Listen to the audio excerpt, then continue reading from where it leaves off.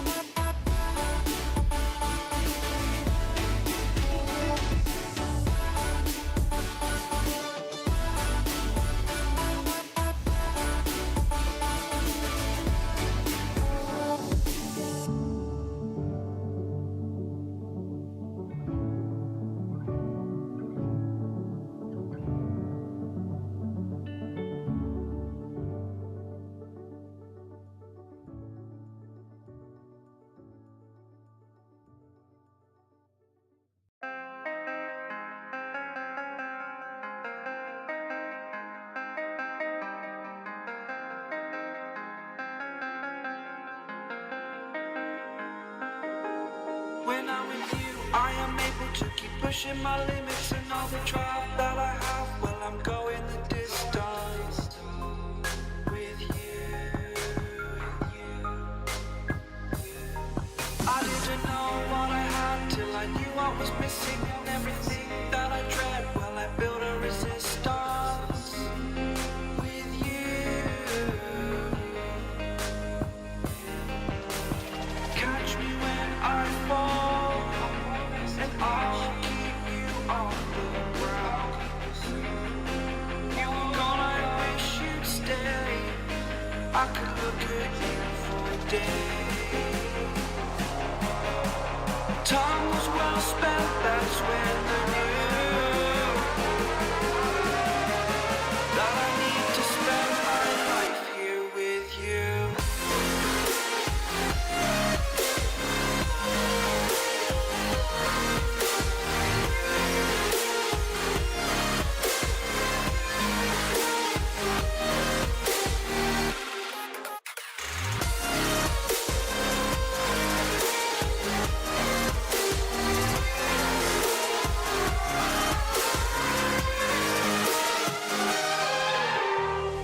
Take your time, not in the fast lane. I understand that you've been broken too many times, but I'll be waiting to mend your wounds from all you've taken.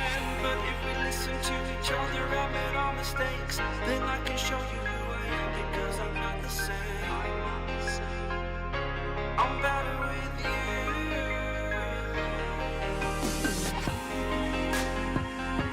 I'm better with you.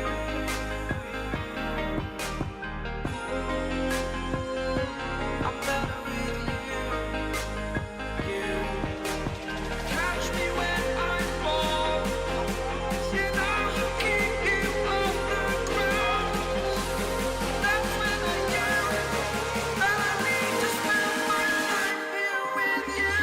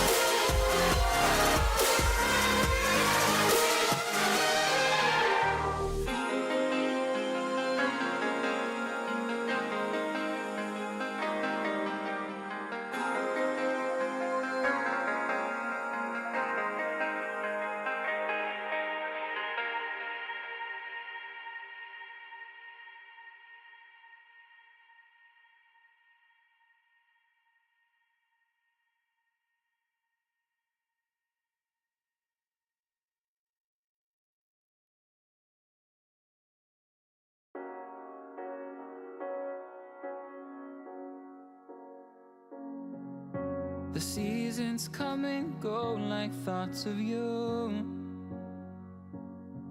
Like a wave returns to the sea, into the blue. They change but in a cycle that I can't lose. Each painful but delightful to live through. You came into my life just like another season. Not for long, just a time, just like another season. Maybe this time next year you'll reappear for no reason, but I'll cherish every day until you come my way this season.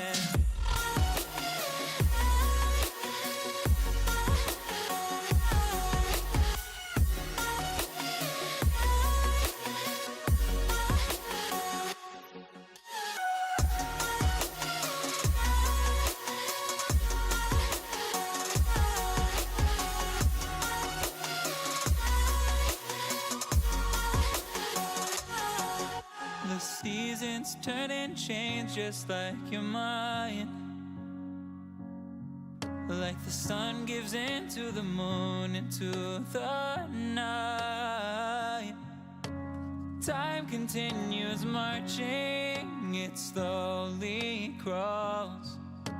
With each new one starting, I recall you came into my life just like another season. Not for long, just a time, just like another season. Maybe this time next year you'll reappear for no reason, but I'll cherish every day until you come my way this season.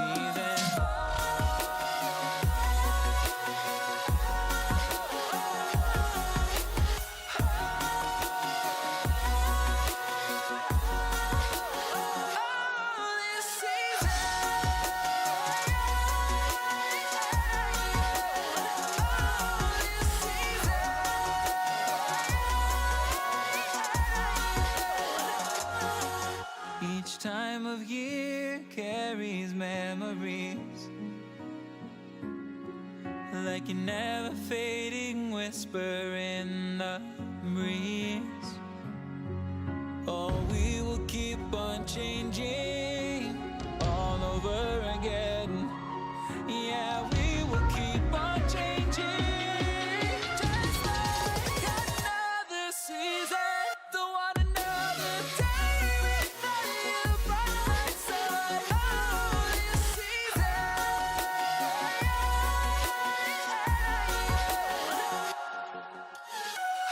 You came into my life just like another season.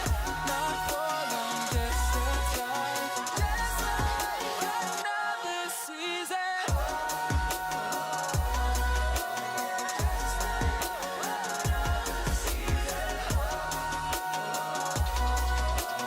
Just like another season.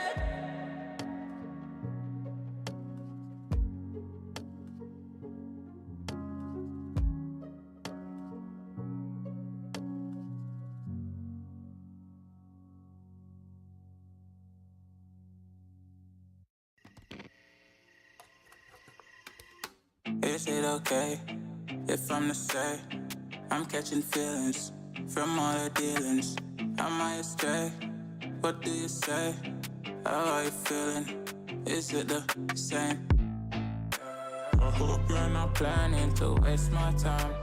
To my surprise, that was her reply. Now we vibe. It's been a while and such a ride, the stars align. I love the fact I didn't let her go. She loves the fact that I just let her know.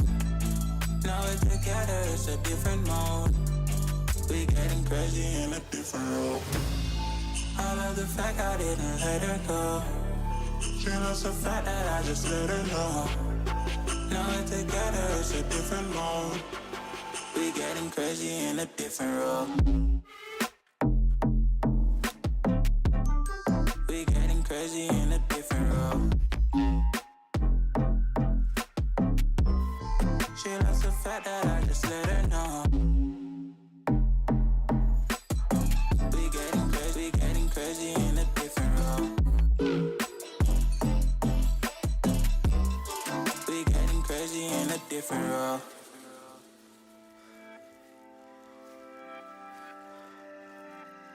She my do or die, my bona fide. My up when I'm down, she's always beside me. She makes me feel alive, I won't deny. Her love for me is real and kinda suicide-y. She's not the same, she's such a rare type. She's far from plain, at least in my eyes. She said if I cross her, I'll be in the grave or under attack, but yeah, that's still my babe.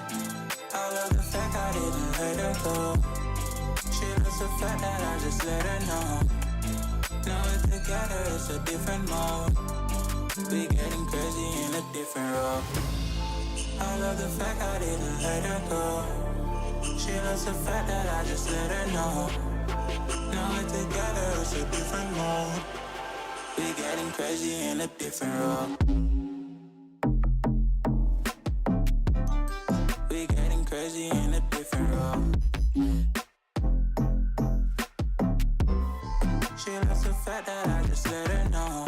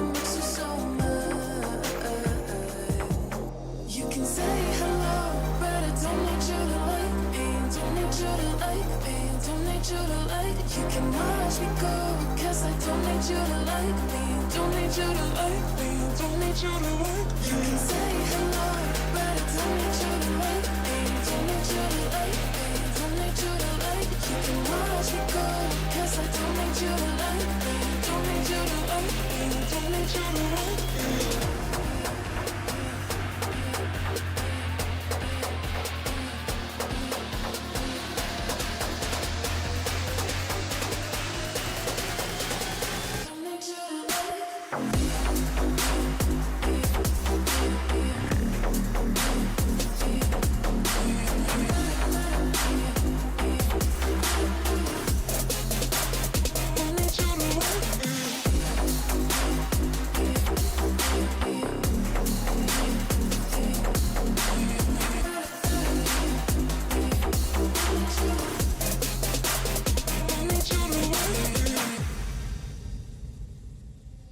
You can say hello, but I don't need you to like me, don't need you to like me, don't need you to like. You can watch me go, cause I don't need you to like me, don't need you to like me, don't need you to like. You can say hello, but I don't need you to like me, don't need you to like me, don't need you to like. You can watch me go, cause I don't need you to like me, don't need you to like me, don't need you to like me.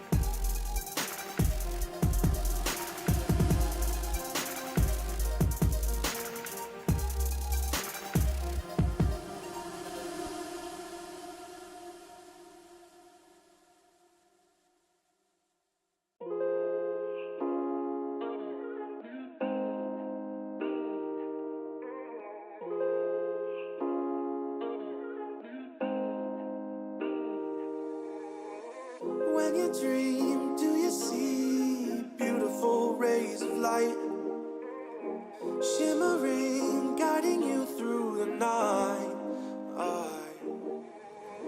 I know it feels like the night's getting longer and light is harder to find. I promise I'll always be there, I'll remind you when you close your eyes. If they sent for me tomorrow, even if I leave right now, you'll find comfort there in knowing whenever in doubt, you can find me when the lights turn out. When the lights turn out.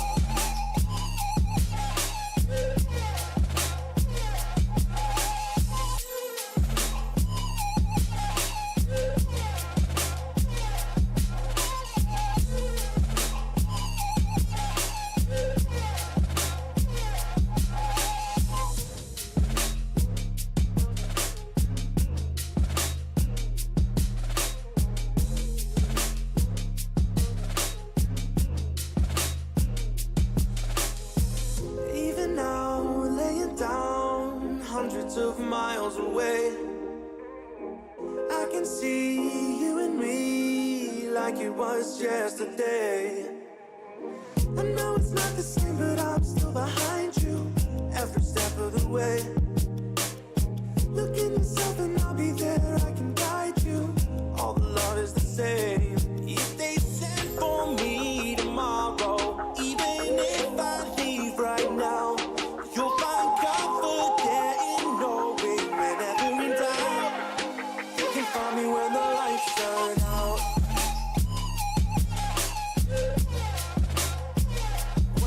lights turn out.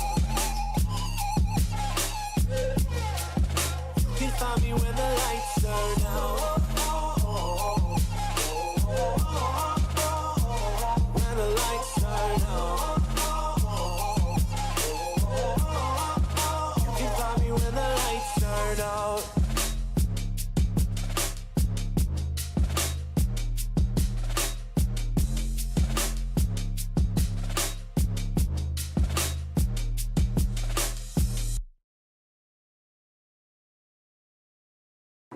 I need a second to take a breath, to keep me guessing with what you said.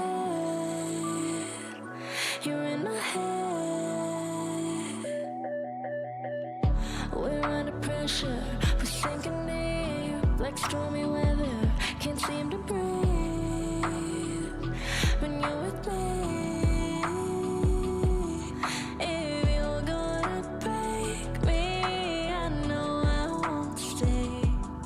I don't wanna wait here, you push me away. If you're gonna choose, you don't know what to do. I don't wanna lose you, but don't wanna lose me too.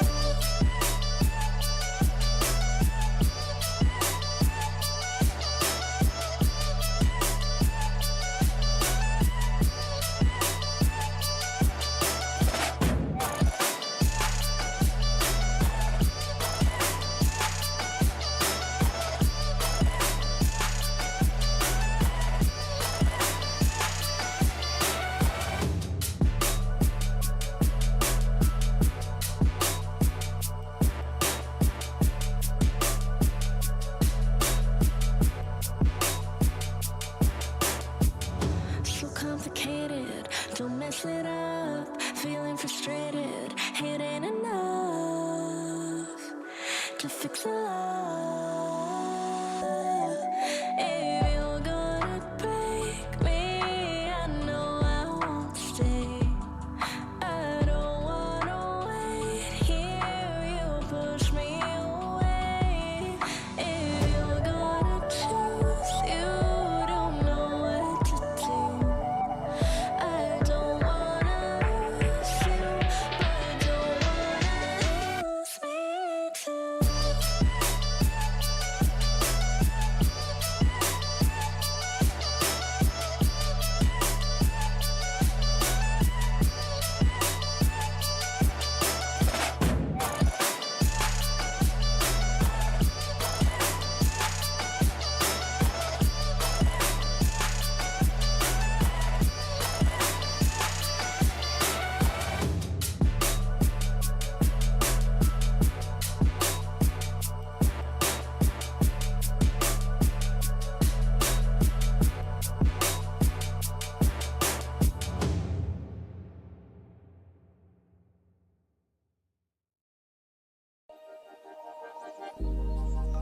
Started as a whisper, message from a new world I'd never known.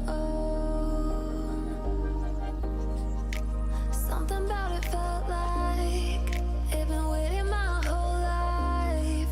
Is this home? I can hear each sound calling my name, and I feel angels around when I start to sing, and suddenly it feels like heaven's not so far away. Tell me, can you hear the symphony?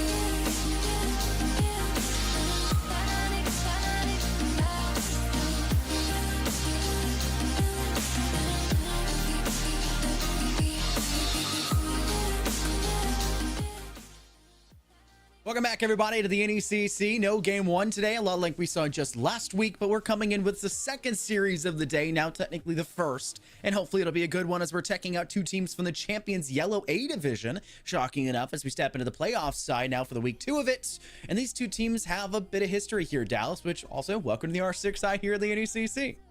Yeah, thank you very much. It's a pleasure to be here. Obviously, a little background in Rainbow Six.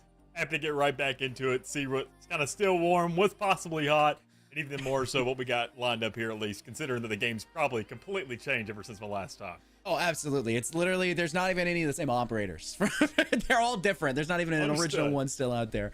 But it's UFT facing off against TMU. It is a 4-1 UFT side, so they've had a really darn good season heading up to this point, even taking down the number 4 team of Robert Morris. And then TMU had about the same story, 3-2. One of their losses coming actually against UFT in a 2-1 series, where they took that loss, obviously 1-2. And then they took down Kettering Varsity, which is another really impressive team to knock off heading into that first round, that quarterfinal stage of playoffs. But for UFT's roster, it's Taro, Nick, Sleepy, Sergio, and GP2 rounding out their rosters for this champion side. And then for TMU, well, both of these teams have so many darn players. It's a big question about who it's going to be, because I know they're talking about switching some people in and out here between the maps. But for the first map, it's Osprosis, Naj, Jogorku, I think is the way it's pronounced, Mr. Turbo, and Actually. Yeah, I mean, even then, just look at the roster screen. I mean, especially on the side of UFT, good Lord Almighty, it is an it's basically a spreadsheet in its own right.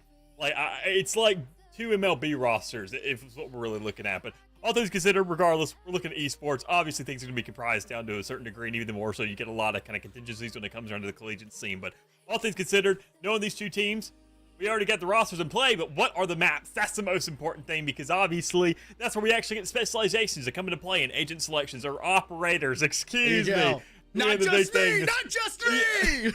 That's the big thing and topic of conversation. So that we are going to be starting things off with the cafe. Then we're moving on over to chalet, and if we do need it, that last map will be skyscraper. So a little bit of an enjoyable kind of setup here for me is cafe does have that border. It's not cafe. Picture on it, but it's not okay. cafe. we do know chalet. That one's lined up. Skyscraper's there too. And well, honestly, it's cafe. It's been in the game for ages. We all know what it looks like. How are we going to see this map go down, Dallas? I'll tell you. They're going to go up to the rooftop on the attacking side, and they're going to worm their way downwards. And we'll really only see a very, I guess, one-dimensional approach, a very flat approach when it comes to that first floor take, if we're seeing a kitchen hold under the defense, which a lot of teams actually in recent memory haven't been going for necessarily as their second or even their third choice objective. I've seen teams opting to go for library and mining at the time now, which is pretty interesting for the map of cafe. At least something new. This was for a very long time my least favorite map in all of R6. Now it's lapsed because I can't see anything on that map because it's all the same, just dull tone of gray every single location around those corners. It's just absolutely awful. But we can take a look at our operator veto phase, or the operator ban phase, stepping up into this, and you'd kind of expect this to be somewhat standard. I know Flores can get banned pretty heavily on this map because you don't really want to have to deal with that pixel control up on the, is that technically, yeah, the 3rd floor technically is what it is for this map, since there's 3 stories. You don't want to have to deal with pixel over in the 3rd floor. You don't want to have to deal with players inside piano in the first place. You want to kind of flush players out of cocktail lounge over in C1 and C2. So you'll see Flores get knocked off. Dokubi's just an always ban right now. It's hard to really harp on that. And then for the second, I don't know, you could kind of throw, you know, something into this. You could go kind of cheeky that Shields just got another rework today, or I think that release day, I believe it's released today for this season, 9.1.1 or something like that. I don't remember, where your knee actually sticks behind the shield, and we saw 3 different shield bans last weekend. This does make sense. It's Ying. I will say a lot of my context is me coming from ranked play. So, I mean, obviously, you do have the kind of the 2 opposite ends of the coin. You can always guess to be like, oh, these guys are just going to ban Jackal on the attacking side because people hate getting detected. I do like seeing the competitive side of things, and obviously looking at the R6 Invitational that recently concluded. Obviously, Brazilians play a lot different from Americans, but still, nonetheless, the kind of general idea is still there. But the wild thing really just comes down to really the execution, the preferences of these players. Dokubi, I was expecting, just because, I mean, just going ahead and tracking everybody and using those audibles for a little bit just feels really good.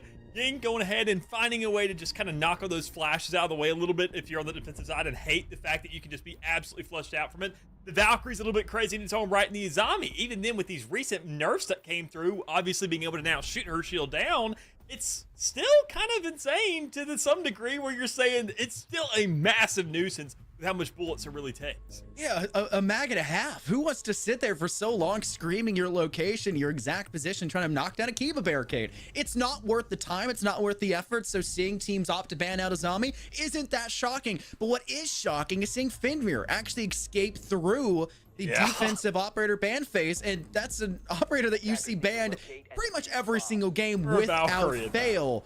It is a guarantee. And yes, Valkyrie is exceptionally powerful on this map. Cafe is 3 stories of winding corridors and tight angles. Those black eye cams can find you a lot of information. They can catch you out nearly any mistakes that an attacking team can make in regards to not checking these corners for where these cameras could be placed and give you the information you're really looking for in the defense. But you know who else can do that? Solus, right? You have other operators on the defensive side that give you active information. You don't have to rely on the Valkyrie. Just kind of accept that it's going to be there. Get Fenrir out of the board because he's just too darn powerful with these Dreadnought mines. I mean, Fenrir, obviously, I mean, Valkyrie's more of a universally applicable kind of operator. You can use her anywhere on the map. You can get those cams and nooks and crannies and get, obviously, information, but those have to be kind of executed to a certain degree. They have to rely on the calls. If they get that kind of transition of the thought process behind it to actually get the calls to go off, for teammates to register it, and even then to still execute off of that kind of relative information being given. Meanwhile, Fenrir, everything is on site. It's comprised of that singular area, and even then more so, it just activates itself with the audible, letting everybody know. So it's less steps. So it's just great to see it made it play through, but even then still, it's going to be an obvious pick coming out. And I'd love to see how these teams can integrate it. We haven't seen the nerfs for it just yet, but that is going to cue that Twitch to be coming into play here, which hasn't really been picked off yet. Where's the call out here? Attacking side, you've broken the mirror window. It's breached. You have so many abilities at this point. You brought the agents or the operator, sorry, to do so, and you're not aware that it's already been broken open. It just seems like a big miscommunication that's allowed 2 players now for the side of Team U to open up for 2 frags apiece, actually, and Mr. Turbo, the individuals to do so. The SMG 11 picking apart one at distance through the mirror window, and then actually who's been kind of roaming around on the first floor, initially inside bakery, then through small bakery, now holding off towards bar. This is a really tough time for U of T to try to come back in from. They realize there's possibly a player up on top of wide stairs. However, that is not the case, as instead Jagorku is upstairs still using that Solus to try to gather information to hopefully relay that off towards Actually, who is already looking to get their second kill of this round, sitting just outside big window right next to main entrance and really looking to hold down that VIP side because U of T are going to have to pretty much blindly enter into this space if they want to try to take control here off towards this garage side. But wow, what a shot from Taro, and Nash just kind of overstays their welcome in the 416C. Yeah, just go ahead and get things started off well. I mean, obviously, we're looking at a little bit of rotation coming up from the defensive side. They've already went ahead, knocked out those initial players, and even they're still creating that massive solid, getting all that damage off initially before they've even really entered the building. We didn't see that verticality coming to as much play as we typically see on this map, as we're already still in C that Jagorku is just kind of moving about, looking to go ahead and lock that thing down, knowing that Solus has been created enough of a scare to actually kind of alleviate the detention. But already when you do see somewhat of a breach coming in through, you see that fridge opening up a little bit, you know this bottom floor is just going to be exposed at some point. You're waiting for something to go off, and that Fenrir strap, that's going to be the exact thing you're looking for. Information given, a swing not really executed off the back, but you know where everybody else can be playing for these trades and mounting yourself one more. Taro put down the Claymore, but just didn't realize that Jagorku was staying a little further down the stairwell than they necessarily anticipated. It's a refrag back, but in the same fell swoop, TMU escape with yet another kill following in Mr. Turbo's footsteps. It's a 1v3, and Doki, not the Doki, but a Doki, that's for sure, is left all alone. And yeah, when they get that freezer opened up, you maybe expect that to be the #1 angle they try to move in from. There's SMG-11s, there's Mossbergs, there's SMGs at the waiting for TMU defensively, and that will knock UFT's attempts at taking this first round 1-0 back the other direction. As I had mentioned earlier, you don't typically see Kitchen as a primary, even as a tertiary choice. They picked it first, and they rightfully do so successfully with a first round win. Go ahead and lock things down. Make sure to kind of lock down that bottom area because that's where you kind of get isolated. When it comes to the top floors, you have a little bit more of an actual ceiling to work with. You have some breathing room. You have the nice sun to let you know that, okay, there is some expose that is available to us. But even when you're down there in the basement, you were just literally in the trenches. You were completely cornering yourself to a certain degree. And while you can go ahead and put your team off that site, you want to make sure to kind of keep the big picture really brought into each other. So already seeing this transition now to these upper levels, it's the same kind of situation. Looking at these kind of different floors now coming to play, we're looking at these teams using those higher and lower elevations and looking to kind of really diversify what they're trying to hit, and even then kind of really forcing an adaptation to come through from Team U to kind of really change things up. But better yet for UFT, show that some verticality may actually be an option now. You need to really kind of decide that this can't be one-dimensional, this can't be three-dimensional. It's got to come from literally everywhere where you're throwing the Z-axis in as well. This ping is did the server accidentally switch on when they rehosted the lobby, I guess? Who knows? These teams are basically a couple minutes away from each other. Yeah, they're what, a mile away from each other? I mean, And so much, I mean, equally, the ping's going to be trash, right? Yeah. So you could argue that there's some level of equality here, but at the same time, it's probably not that enjoyable of an experience to be playing at 158 to 220 ping on average between y'all. Kind of awkward. And you'd have to have a full rehost as well, so you'd have to... you have to figure it out. Either way, this round would be live since no rehost was requested by the time the prep phase has ended, which is, I believe, the rule set we have here for R6. There's so many rules. It's hard to keep up even as a caster, but 30 seconds without damage. That's what we're being told from our prop booth, which also makes sense. That is typically what it is for most leagues. Plane will be placed outside on the bakery rooftop to try to make sure that no one from the side of Team U can initiate a run out to try to get a kill from a player repelling. This is where I was talking about. You head up to the rooftop, work him through these hatches, and try to clear out that top floor first and foremost. Defensively, TMU know that they don't have to pick this objective as their primary, using of their secondary, obviously so, because you'll play the second floor objectives almost the same exact way. They'll extend up to the top floor. They won't play as heavy. It gives them a fallback plan, a lot like you would see on our second map when we come up to that one fairly shortly after this map ends. We'll see kitchen and dining be the kind of fallback objective when you play that and you extend up to the second floors if you're holding master bedroom and dining, or sorry, master bedroom and office. Just go ahead, play that third floor, deny any kind of entry that comes through from these attackers' eyes, and let the utility do all the work for you. I mean, just go ahead. Anything that goes on site, you're going to hear those mines, you're going to hear those mines go off, you're going to hear everything really just going to give you the information that's necessary, which doesn't even require really any of attention, because you know that everything's going to be going off. You can just work with your squad there. You can shoot through those floorboards the same exact way as you would on the attacking side, so it's really not that big of a deal. But what we're already seeing coming our way is going to be the likes of TMU players that decide to still allocate on site. And I think it makes reasonable sense when you do see kind of those dudes coming to play every here and there. You do see these castles every now and again kind of want to work off that. But it really comes down to the gun differentials and making sure with these ACOGs coming back into play for all these defenders to make sure that you put those guys in the fragging spot. Sergio opens up this round for the first blood for UFT. They've mostly cleared out this third floor successfully, Dallas, and Turbo's not in the best of spots. There's a hatch not far behind him in C2 that they get up to step back towards, and I think they will do so. The Mossberg is in hand to allow them to drop through laundry. But the pressure that's being brought forward and unfurled from UFT is a little bit too much for Turbo, and really the rest of TMU, it seems, to overcome. 3 players gone off the board, and within a 10-second span, that's near irrecoverable. If it wasn't for the fact that Sleepin' had already had a huge lick of damage taken against them, and Taro had already been knocked off the board at that point in time. Double man disadvantage is quite hard to come back from, but when you can get isolated kills like this to Doki and you can get some damage off towards Sergio, you can maybe hope and pray that there's still something available for you defensively for Natch, who's taking a huge amount of pressure in through Train, and nobody is pushing them to go for the plant. They wanted the kill. You can't trust this player to go one-on-one. You've got to get the plant down. It is a round that should have gone to UFT, but they just failed to realize the objective's the most important thing.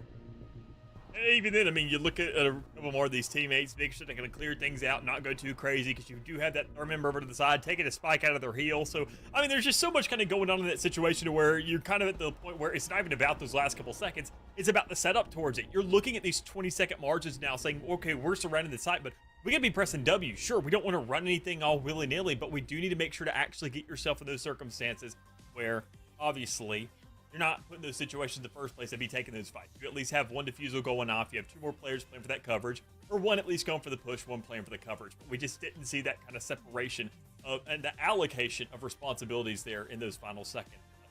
2 rounds, 2-0, a little bit of a Rio, so maybe things will go differently. Maybe Connection was kind of making them play from behind. Who knows? But you still got to kind of come in here with that in mind. Yeah, you're now down 2 rounds, and that one, it should have been a tied game, 1-1. You did all of this, your due diligence, as I'll phrase it, through the second floor and the third floor, right? You do so successfully in the third floor. You only lose 1 player when the meat starts to really get broiling in the middle stages of that round. You tear apart 3 that are very important operators for the defensive positions, and it comes down to just 2 that theoretically don't really have as much utility or aren't as much of a concern when it comes to those final few moments.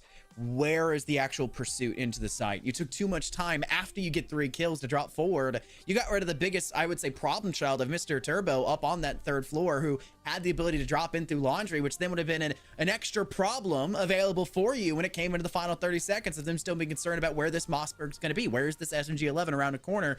We need to be very worried about this. Not there. I don't know really where the mindset is. Maybe it is a ping thing, right? Maybe that maybe I'll hold my peace It here. 'Cause really it's eats at them, it realistically. could be a ping especially thing, in right? R6. It is one of the worst games that It is actually an on. awful got that ping. Maybe it's a ping thing and they're just not feeling in their element. Because if you're thrown off your element, it tends to throw out whole mindsets. It tends to make the whole strategy go out the window. But they looked really good. All of that into the final 30 seconds looked like a spectacular performance, doing the right thing, and right steps, right results, I would say as well.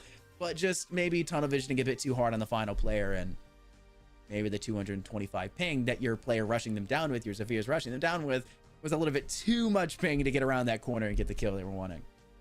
And even, I mean, more so, we can kind of alleviate our attention to something different. You now have those two objectives that are now out of the way, kind of locked out here for a little bit. So we're looking at kind of shift the exchange and kind of look at these different objectives that now be played. And that leaves another second floor. That leaves the third floor still available, which you've already kind of technically seen playing with, with terrain and dining. But still, regardless, knowing that, I mean, seeing the way that third floor was held, I don't see that to be much of an exchange or much of a problem for Team U, just because it was more the actual exchange that through that second floor for UFT. That was really the problematic thing for him. I think if it comes down to a third floor kind of take, those are notes to be taken to understand that, all right, there are some expose here. There's some problems that are being really just kind of handed to us that we need to kind of go ahead and, at least while this rehost is going on, start to discuss a little bit to say, okay, things are really working out there. Got an initial kill that was on that white hall. We need to kind of make sure that things kind of locked down a little more so because of just how many holes are opened up for it. And not only from this standpoint of being outside, but also from a second floor perspective as well, kind of understanding how many players we want to put out once again, because the third floor, sure, you can kind of play on top of the site relatively easy, but if you don't have that chance, even if you don't have that opportunity and you're playing from below, I mean, sure, your Solus can do something and can kind of at least give you some information to back off of it, but knowing how open that second floor is, even when the bomb is on the second floor, you still don't want to be there. It really brings up the big question. Do you go third, or do you play for your tertiary side on the second floor, which isn't too dissimilar from what we just saw in regards to fireplace and mining, right? Do you go reading and fireplace? Do you just play something that's just one objective slightly over, shifted ever so slightly the other direction, right? It's not too different. Obviously, reading is going to be a lot more approachable for a lot of attacking teams because of that, outside balcony, that outside subroof where you can have access in, that all observers in R68, because for some reason when you free cam over there, just completely throws the camera off and looks awful when you try to do so. I really wish they would fix that. I'm tired of hearing observers complain about that. But it's so much easier for an attacking team to put pressure off in that direction, which could make me believe they wouldn't want to play that objective as their go-to here, and would like to throw themselves back up to the third floor, which I would argue would probably be my go-to objective of choice, considering that defenders now have so much more potential with those ACOGs, with the larger sites down inside C2. Doc's going to have even more importance, and yet we just don't see that really being brought forward by TMU. They're playing a lot more expressive on the roam game on these extensions, and it's catching UFT off guard, yeah, but only in the first round. In the second round, they tore through it like it was wet paper, and looks to be they're going to try to go for the exact same thing. They're going to stick over just one objective slightly shifted and go fireplace and reading instead. It's the right read. I mean, already you do have so much range when it comes down to it. You're just going to have singular players kind of being cornered. And I think, honestly, the biggest players you're looking at in these kind of situations are going to be those Wamais, because, I mean, they are now kind of... Wamai is, honestly, weirdly enough, at least from the perspective of me, and you can tell me I'm wrong, he kind of feels like the new Warden to a certain degree, because of that kind of roaming player, that absolute cornerstone fragger, knowing that MP5 just has such easy recoil to deal with.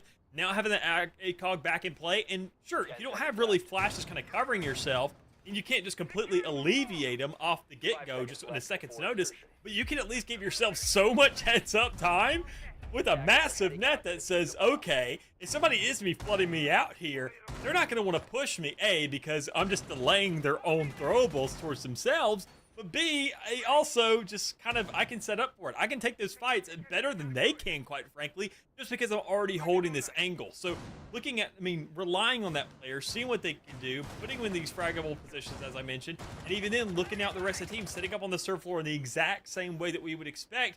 You're looking at these long lineups. You're looking at that white hall. You're looking towards this piano room, looking for those open spaces where you've got so much breathing room. Open these real fraggers, these absolute units can start to excel. White Hall is going to be probably the most important thing here for UFT to, I would say, utilize effectively, especially off that repel game. Keep a player outside of supply, outside of bathroom. Try to put pressure in towards Freezer directly. The C2 seemingly is a lost cause for most teams when it comes to a direct pressure. Yes, you can get a slight sight line in from that top skylight, but you want to deny players from playing, you know, apex positions like Mr. Toba, who's right here towards Pixel, where typically you'd have a shield in front of that Pixel side, and that would be your primary point of concern.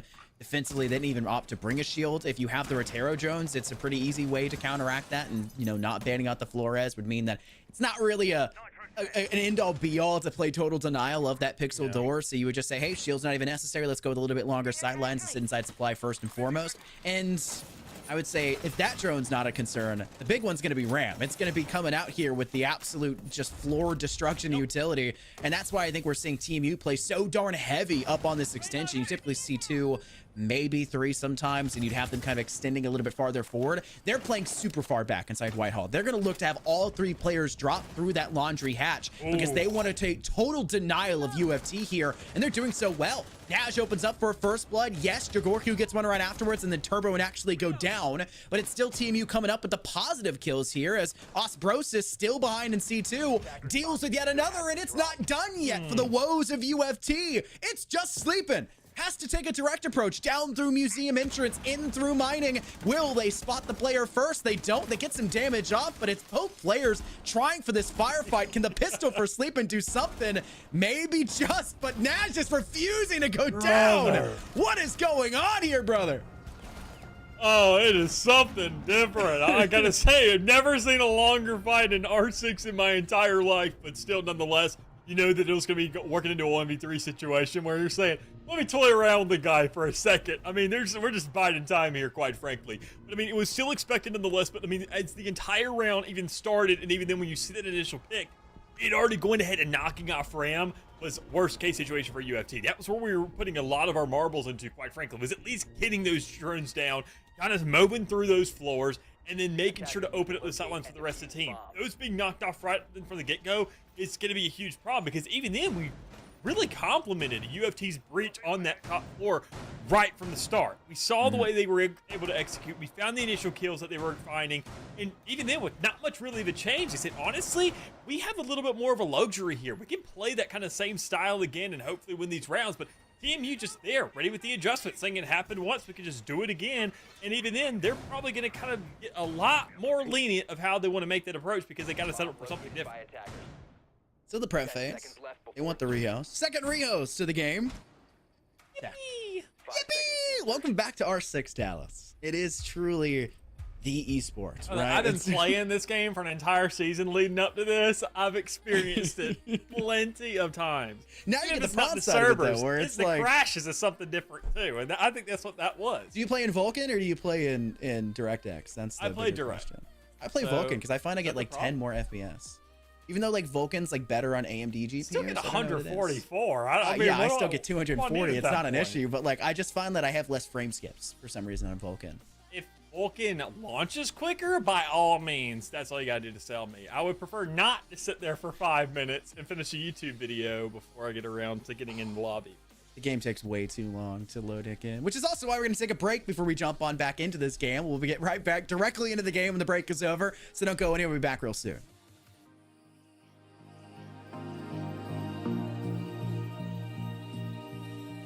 I can't help but think that it's meant to be, that I'm finally right where I'm supposed to.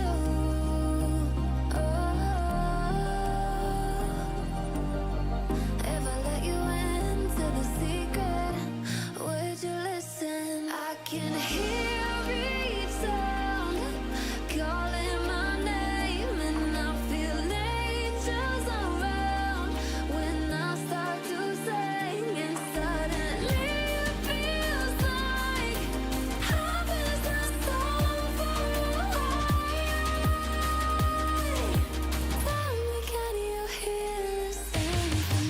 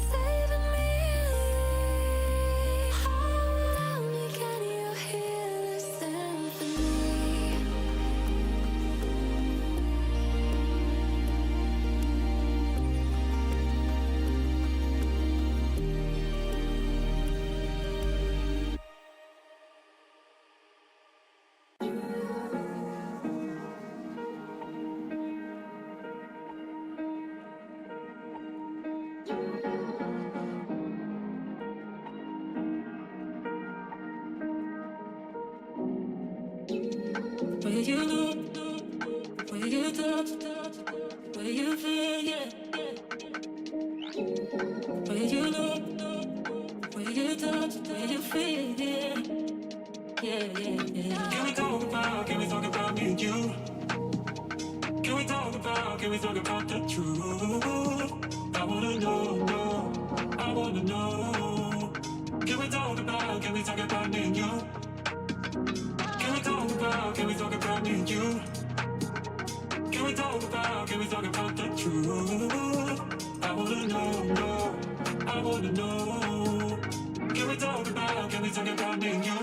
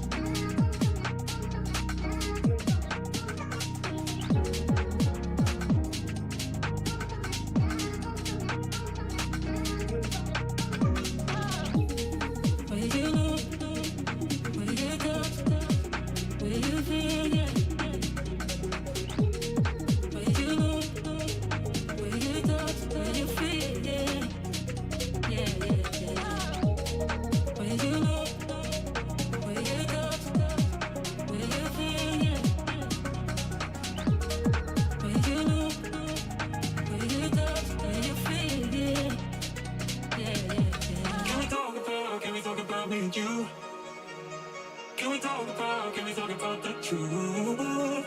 I wanna know, I wanna know. Can we talk about me and you? Can we talk about me and you? Can we talk about the truth? I wanna know, I wanna know. Can we talk about me and you? Where you look, where you touch, where you feel, yeah. Where you look, where you touch, where you feel, yeah. Yeah, yeah, yeah. Where you look, where you touch, where you feel, yeah. Where you look, where you touch, where you feel, yeah. Yeah, yeah, yeah.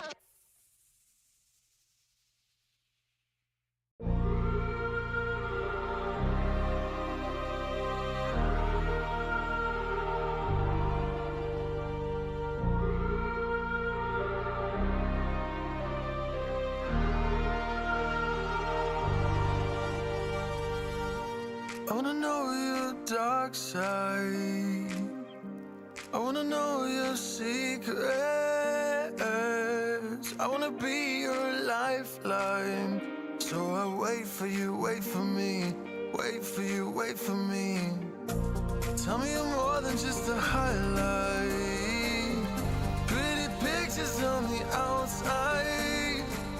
I hate to stare at you through these lights. So I wait for you, wait for me. Wait for you, wait for me. Click and scroll, I can't let you go. They say I'm addicted to you. Click and scroll, I can't let you go. They say I'm addicted to you. Oh, oh, this ain't love, no, no. This ain't love, no, no. This is artificial.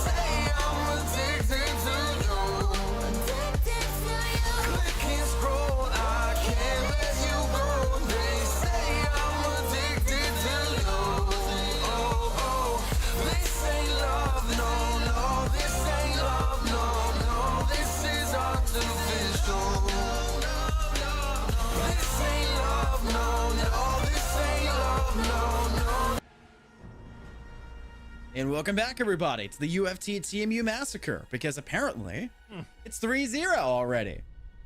We're headed around 4. And it has not been too good of a showcase for UFT. They're more than capable enough. Let's just say that straight out, right? They are more than capable enough of taking down this opposing side. But let's also remember that UFT is the team that beat TMU last time they faced in week 4. What has happened in the last 4 weeks that has now led TMU to a total landslide victory so far on the defense? Is it really that bad? From like perspective, like I 1-3 know a was 3-0 in Valorant. It's for me. I'm like, oh yeah, oh this is bad. I think. I mean, is that usually how this kind of goes? Though, like it's one team starts round 6-0 start in Val, right? It's a 6-0 start. Oh, that's its because comparison. I feel like teams always look stronger on defense, at least for a couple rounds. So you swap it. It's the same exact situation. The issue is, how do you view Cafe? Because collegiately, Cafe tends to be a little bit more attacker favored in recent memory. So me seeing this thing already go downhill. I'm watching Brazilians. That's true. You're watching a lot of Brazil.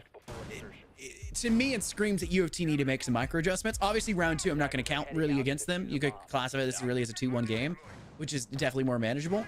But the third round and the first round were so collectively strong for TMU that I don't know where UFT are going to have to try to recover from. We're down to the kitchen as well, where we saw the most dominant round come out from TMU. Yeah. This means that there's a good shot for a 4-0 start unless UFT change up the strategy entirely, which I think is the craziest part, because their biggest success story of that round was them clearing that mirror window and getting control of Bankery fairly well before they let Ashley and Turbo get 2 kills.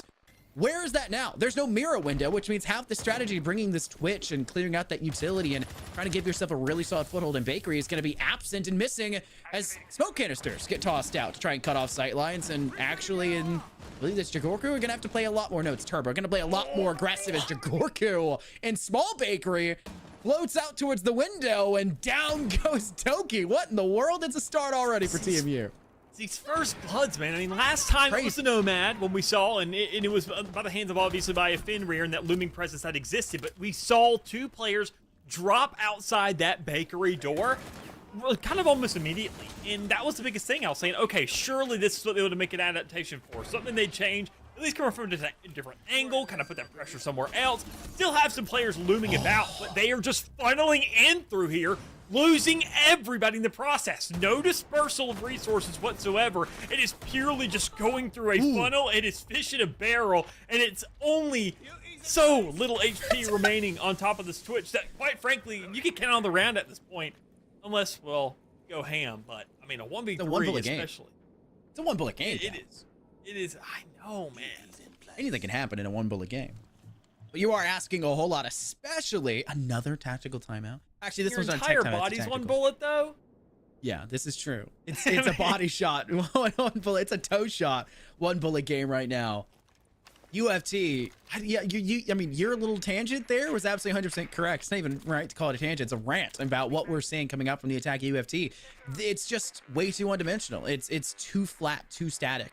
And that just cannot be something that is allowed for a team that can gun with TMU, as we saw in round 2 and round 3.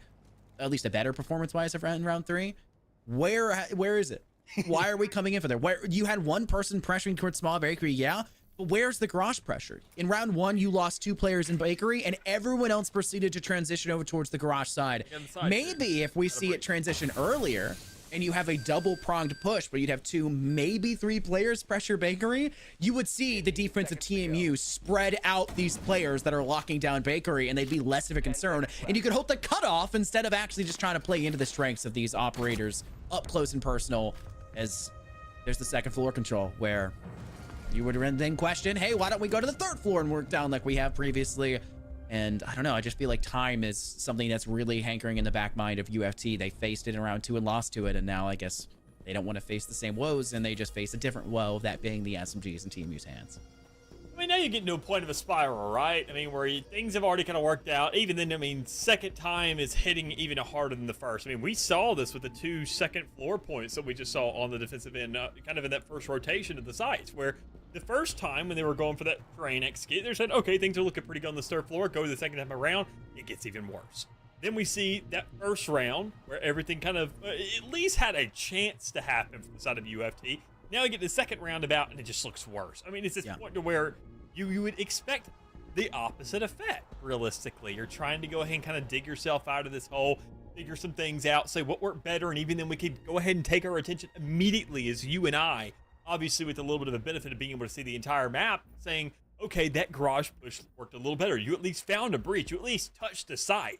And what didn't work? Bakery. As a team, you're expecting the same exact kind of communication to be going on between each other, especially when you have a lot more experience of being in the game and kind of understanding what fights you could have taken and what you couldn't. And quite frankly, let's be real, the bakery one that looked like it never even had a shot in the first place, but now being revisited and now seeing yourself right back into the situation where you're going on to having to take this third floor, to your benefit, it actually is on the third floor, but if you couldn't even find the initial hold initially to find that second floor hit to work vertically off of, how are you going to expect to just get it outright from that massive window that's open in the top? Because, well, that's, once again, a big funnel, just like we see on Bakery. If not easier to trap somebody off of, because you have way more angles that you can get shot from. Yeah, verticality is so important defensively, especially when Solus was allowed through the van phase, right? It's too big of an importance. It's too consistent of a factor to allow through most of the time. And if you know it is through, you go to shut it down, right? You move in to alleviate the concern. Nash has had a pretty darn good game. We obviously saw them clutch up round 3 in the 1v1, which is a very entertaining 1v1 for sure. And we've seen, you know, pretty good economy coming out from TMU when they get success and when they don't find success. They lose one side, but the other side holds strong. And I think that's a very important thing for a defending team to have. But it also is something that can be really, I would say, strung out for an attacking side. If you know they're really strong defending one side and they're a little bit weaker on the other, why would you continue to poke the pointy side of a knife, right? It's just not the wisest idea. Try to go somewhere else that's not going to poke you in the rear so hard, and just a little bit smarter. We see for the first time now up to the third floor coming out for TMU. They've opted not to go down to the second, which is maybe the right idea. See something a little bit different, maybe hoping that UFT has started to realize some of the success they've seen and can now have to get a spanner thrown in the works or a wrench thrown in things if you're actually American, and say, hey, this is something you haven't seen yet. Test the waters here. We're going to do what we can as they send out the E1E and also have the players on the rappel hunting for any and all information of players inside Cocktail, and there's one inside Freezer Hall.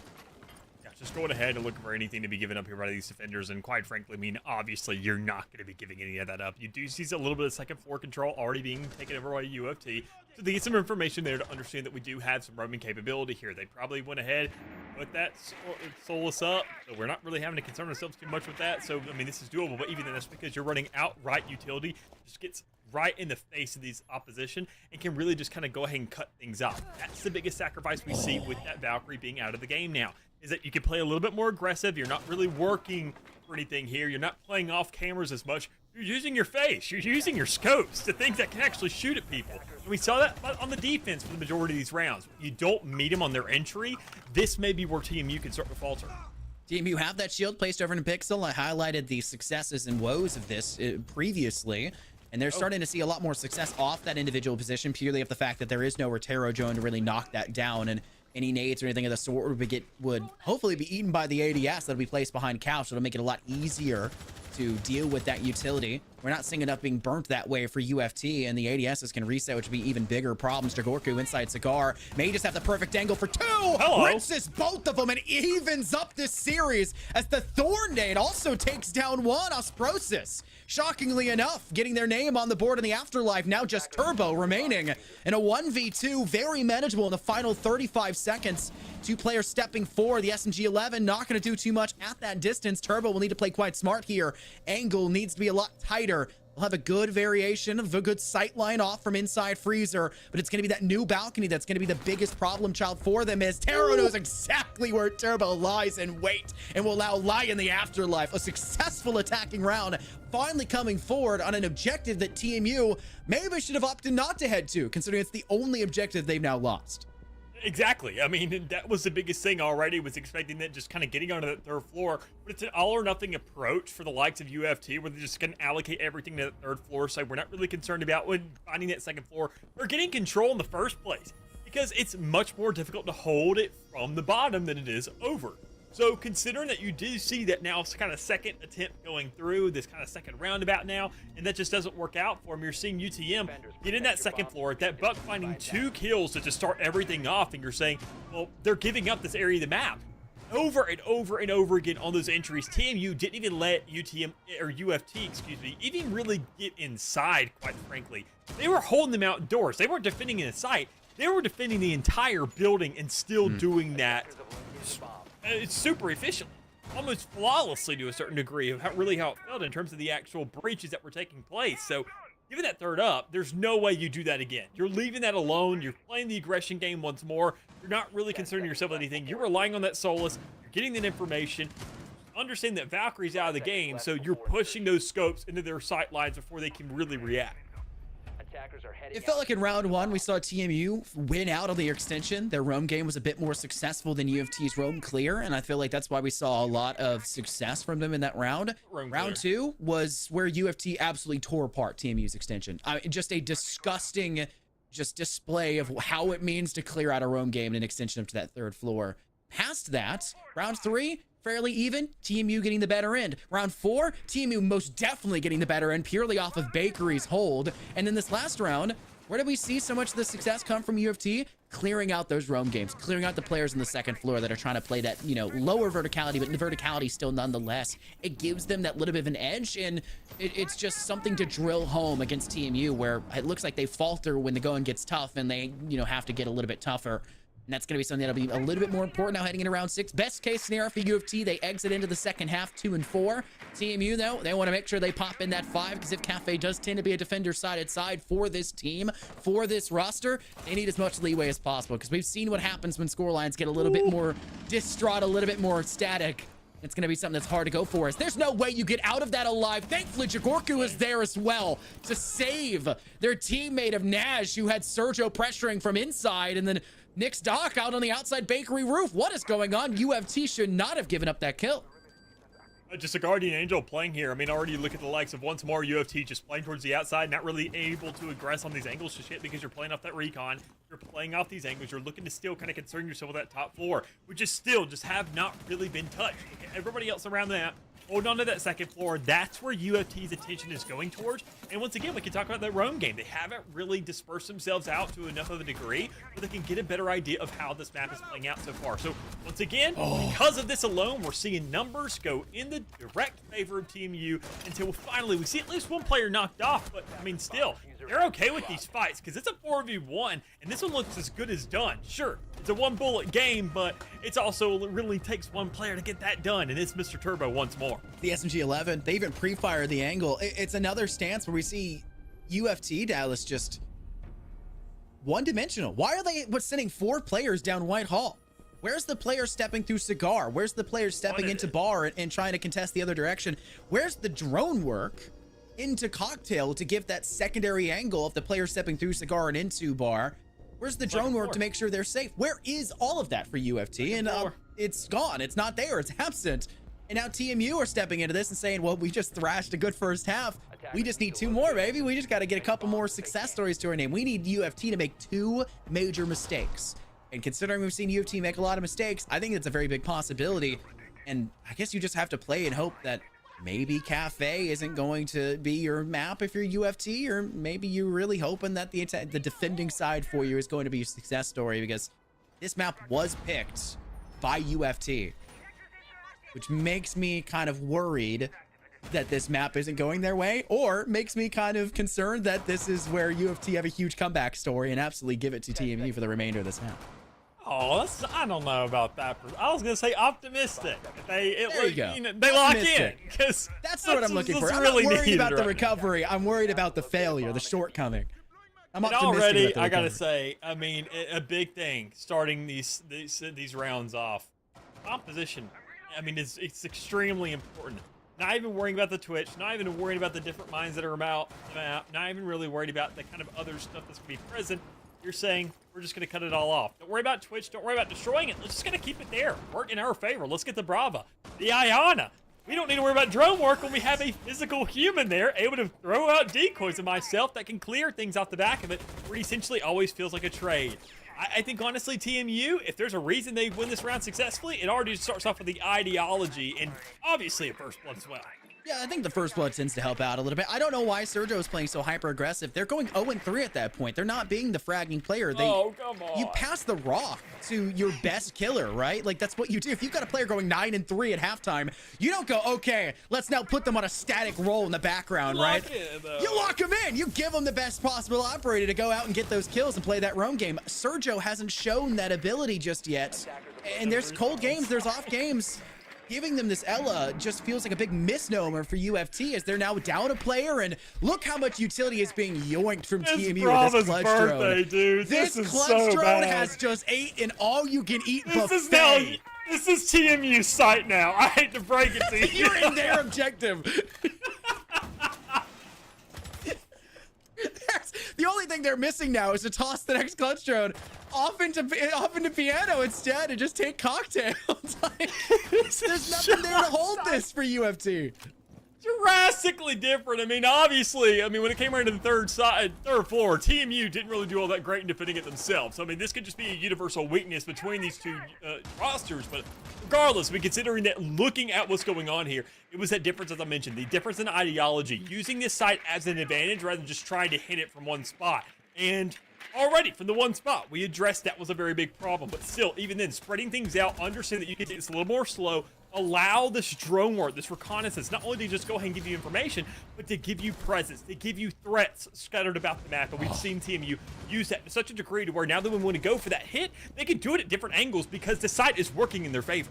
Here's where the callouts have to be made. Smart one being made by Actually to turn over off away from New Balk and deal with Taro. And Doki was sitting inside Freezer Hall, kind of, testing the waters between Whitehall and Freezer side. Eventually does get dealt with as well. There's not really anywhere to transition to from that position. They gave up Cocktail C2, even C3 side of it, closer towards that hatch. They gave that up really quickly, which just let TMU's assault just continue to burn away. Obviously, there's no longer a big concern about utility. It's just, active utility needed to be used by UFT, and there wasn't really any more remaining. It was just the passive stuff that was no longer there. That's about as good as a display as you can ask for that third floor. And UFT, despite the obstacles and the trials and tribulations they just faced, say, we still want this third floor. And I don't necessarily hate on this. Most teams don't like to play the kitchen side as their go-to objective, like we saw TMU do as their first in on their fourth. Most teams don't like to say, hey, we want to play for an opposing site and we want to play second floor so heavily. Both sides of the second floor objectives. We don't want to do so. UFT are playing this normally, and I think TMU is just really darn good about understanding this third floor attacking wise, and we obviously saw the weaknesses defensively, but that's shocking to see them so good on the attack here and then struggle defending it. Maybe just UFT are good at attacking this third floor, I'm not sure, because right now they're going to need a really big recovery for this, and maybe the start they're hunting for here is going to be changing up Doki's role here as well as changing up Sergio's role. Yeah, you'll still extend probably with that Legion Dallas, and Doki can still play a lot farther back, just less information because there's not a Solus and a little bit more reliant on that range and also the battle of attrition by having those dock stems be available for the roster. You don't see too much of an actual exchange or at least switch up transition for the likes of TMU. Obviously, when the last one worked so much and they understand they're going right back to the third floor, why not at least get another shot and just run it back, considering that, everything kind of worked out for you. This is going to be the same exact circumstance of what we saw in that last round, though. Not nearly as much technology being relied on for the side of UFT. It's just more so kind of playing both neutral pieces if we do see any real tech. The Finmer being the only real outlier. With the Legion, the smoke, the dock, that's something that just can't really be messed around with. But still, regardless, it is more information. It is more drones to work with. It is going to be a counteraction of what is that Valkyrie. You're saying, okay, now we're kind of have one of our own here. We're just at least have something more on site. It's not a Flores, but it's something. It's a presence, and it's a shutdown for something there. So you're only really worried about now Legion. Everybody else, the smoke, sure, going to go ahead and give out a lot when those do go off. But looking here, Team U, they're not really concerned themselves with too much because, again, we're not seeing a mute be presented here. Which is kind of the biggest thing I was curious about, whether that was going to be brought in. Knowing the Iana's in play, knowing the Bravo's in play, those are going to be two big factors of that last push that just can be completely negated, quite frankly, just from putting one thing down, but they don't want to do that. They do get a first blow in this round, which is nice. Taro knocks down Nash, but as soon as you find one success story, it goes back the other way. Jagorku taking down Nyx and removing the smokes in the Toxic Babes kind of puts you in a little bit more of a annoying spot, so to say. I'm just more amazed that TMU are able to actually hear anything with their comms when there's a Bravo drone in the background just snacking on chips and having the tinfoily bag make a ton of noises. They have just eaten every single piece of utility that could possibly be available for a defending side as a Russian comes from Skylight. An interesting attempt. It does end with a TK for Mr. Turbo, and you did see Osprosis try something after the fact, but the bailiff in the secondary is good enough to try to secure. It's just Mr. Turbo now remaining, apparently having to lie in the bed that they've made for themselves after TKing their teammate. And there's that verticality that we didn't see really utilized last round, and we're seeing be a little bit more prevalent here as they had created holes in new balcony floor to create that concern when the concern was not directly below you, but actually across and below you from that outside balcony door instead. Was covered by Iona in that last round, keep in mind. So, I mean, on the one-dimensional kind of issues we were noticing from TMU, UFT not really being existent too much in that last round, but I mean, just more so kind of being obviously flipped on its head, where we're seeing the same exact problems present themselves. But obviously, you've already warranted those mistakes. You've already creating some insurance for yourself. You're one round off from closing this thing out compared to, well, where there's a lot more mistakes that happen over and over and over again. And especially now that we're seeing the transition go from that third site, where we already kind of saw a lot of issues start to present themselves, especially on the attacking side.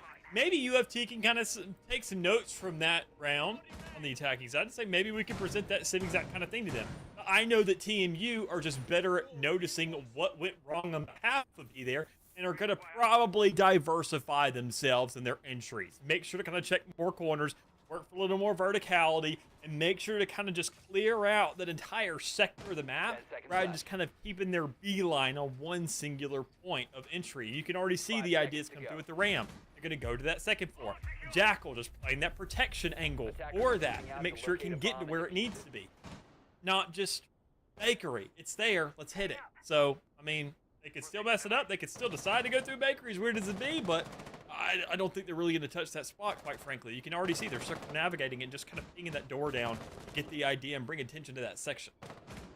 A lot more of a standard approach, I would say, for TMU. They're actually putting players up in the default repel spot, putting Naj up there first and foremost. You've got the I to S for a reason. Knock down those hatches, and then start to use that INOX scanner to see if there are any roamers that have touched the third floor, let alone are still up there. And drones can do most of the dirty work here for TMU. They don't actually have to put a player up on the third floor if they clear out 2 drones at a time. And we're seeing that. They sit 2 in through the hatch, making sure there's nobody watching directly, nobody on the third floor, nobody off towards White Stairs, which I think would be the biggest matter of concern here for TMU.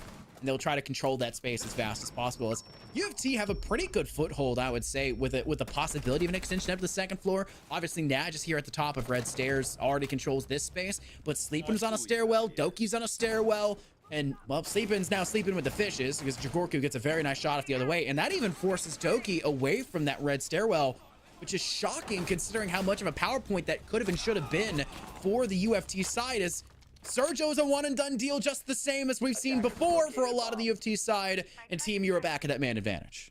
You already got players on third floor just inside, chilling, knowing that area of the map is completely clear for them. Players moving on those staircases. Make sure to kind of lock down feet. Make sure anything that's in that area of the map or could be anywhere else off that note is also going to be accounted for to make sure that they're not closed, or you kind of take that attendance and make sure the participation is where it needs to be. But even better yet, the entirety of this site, as you can look from this beautiful shot, it is rammed up as all get out. So, I mean, basically this site, once more, you are not only showing all this information to your team and getting access to just everything that's necessary to get a site execute off, but the better thing is you've now, by pure fear, forced all these players of UFT into these corners where you just know if we swing, they got to be here, they got to be there, because out open on site, it's not an option anymore. Feels like TMU are doing a much better job of creating this phantom pressure, having multiple sightlines into the objective and into the map in the first place, something that I think UFT just didn't do nearly whatsoever.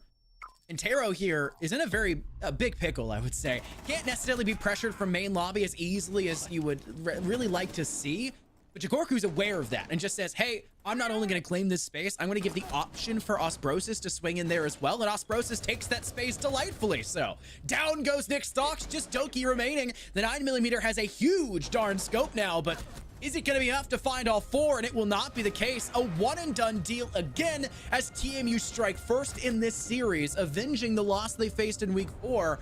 They've already met and equaled their tally they had in that series. Getting the first map is a great way to start on UTM's pick, might I add. So we now head over to Chalet of all maps, where it almost feels like this could be an even better shot for TMU to just dominate early. I mean, it's still up in the air. There's still a lot of discussion that could happen there, but knowing the map could be a little bit more smaller and looking at kind of that tunnel vision that we saw being presented by UFT, I think they have a chance to at least kind of know that if there's not as much to work with and not as much of an actual canvas to play with, it's going to be easier to kind of narrow in on those sites. So work around it and really just kind of close things off and make you feel suffocated. But that's not really something we're keeping in mind too much, just because that was their map pick. And they just kind of completely blundered it. So you're saying, all right, Chalet should be better for him. But considering the map pool and how many maps are available inside R6 compared to other maps I would see, usually I can give teams the benefit of the doubt and saying, oh, well, maybe they want to choose this one because it's iffy, and the rest of the maps they feel a lot better in. They're just make sure to get their worst advocate out of the way. I don't know if that's really an option here from UFT. I mean, usually your secondary map or your tertiary map would look a little bit just kind of lacking. But it's 6-2, 7-2. It's not something you usually see. You at least maybe look at 4 rounds, I would say, is that comfortable minimum. But not even reaching that. And seeing that even them kind of clutch encounters included, still if you win those out, you're still not happy with the result at the end of the night. Yeah, A round that should have gone the other way. The scoreline could have and probably should have been something like 7-3, right? I mean, we had round 2 that should have probably gone to TMU, right? I mean, or not gone to TMU, sorry, should have gone to UT. You're looking at this and saying, even with that, it doesn't feel like that would have been enough for a map like Cafe. And Chalet can kind of be your undoing here as well. It is following more into what people would call their default picks. So you could argue, hey, everyone knows this map to a degree, but the difference in what we saw this first map in and how it truly felt knowing this map versus knowing the map, it's going to be a hard-pressed question they're going to have to find an answer for. As we now jump over to a quick break, don't go anywhere. Back to Mara 6 after this.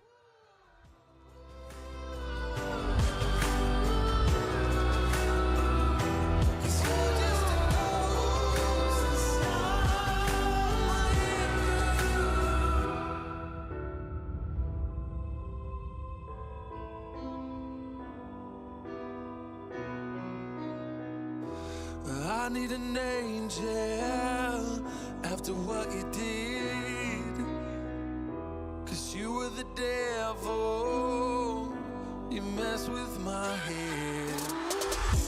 You lied to my mother, you lied to my friends. You said that you'd be there, but this never ends.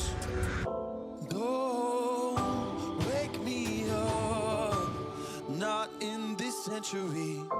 Don't wake me up, 'cause you're just a ghost inside my head. You're just a ghost, you're never there. You're just a memory on my lips, 'cause you're just a ghost inside my head. You're just a ghost.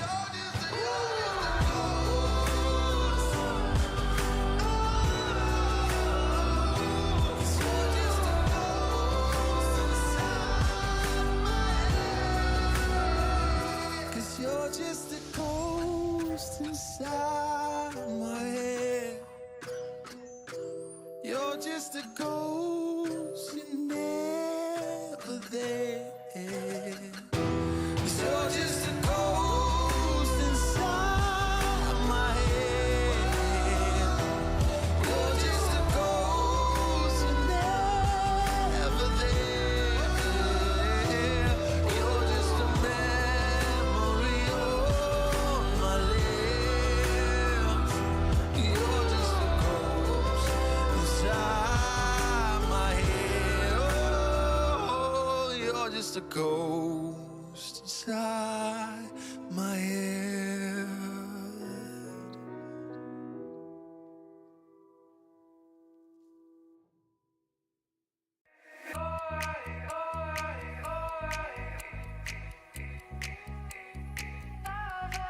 Side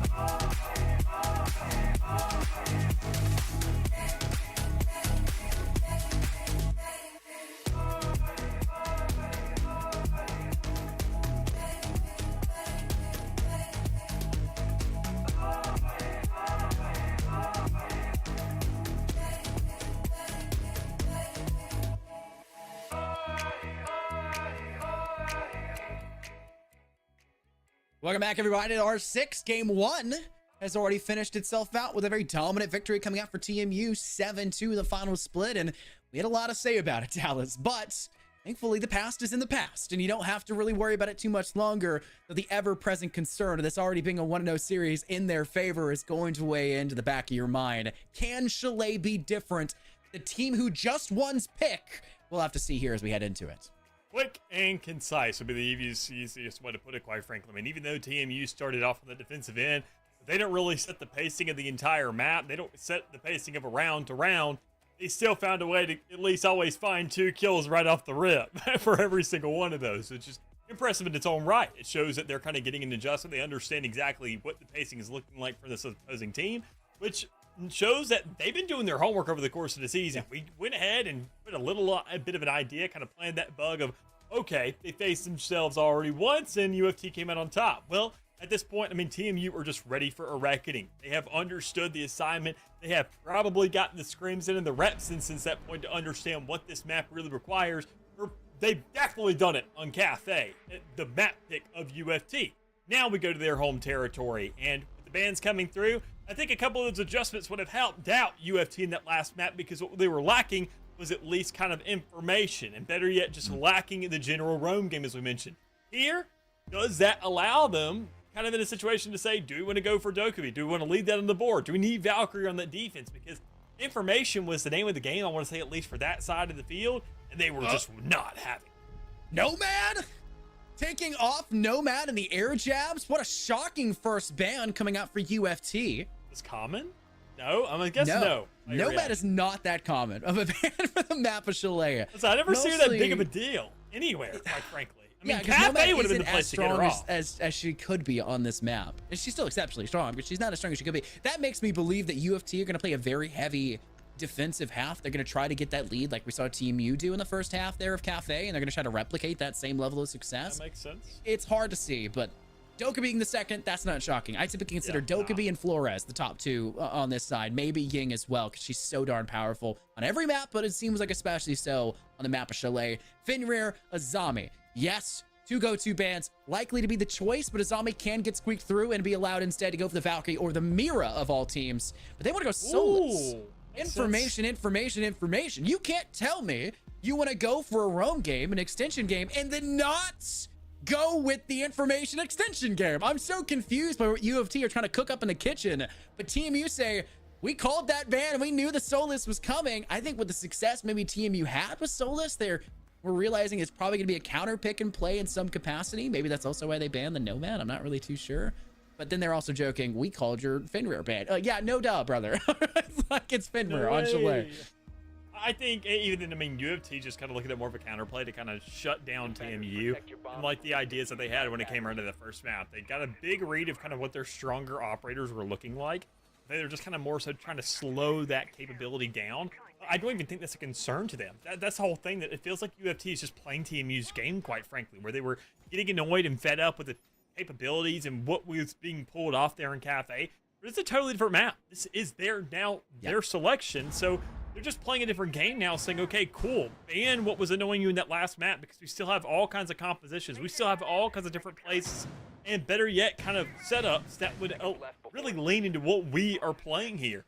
So I think still, nothing crazy. I mean, the cave makes sense. The Azami now being in play, rather than working against a Fenrir and having to shut down what was going to be those mines, now you can just kind of say, let's get some information of who's on the other side of this wall.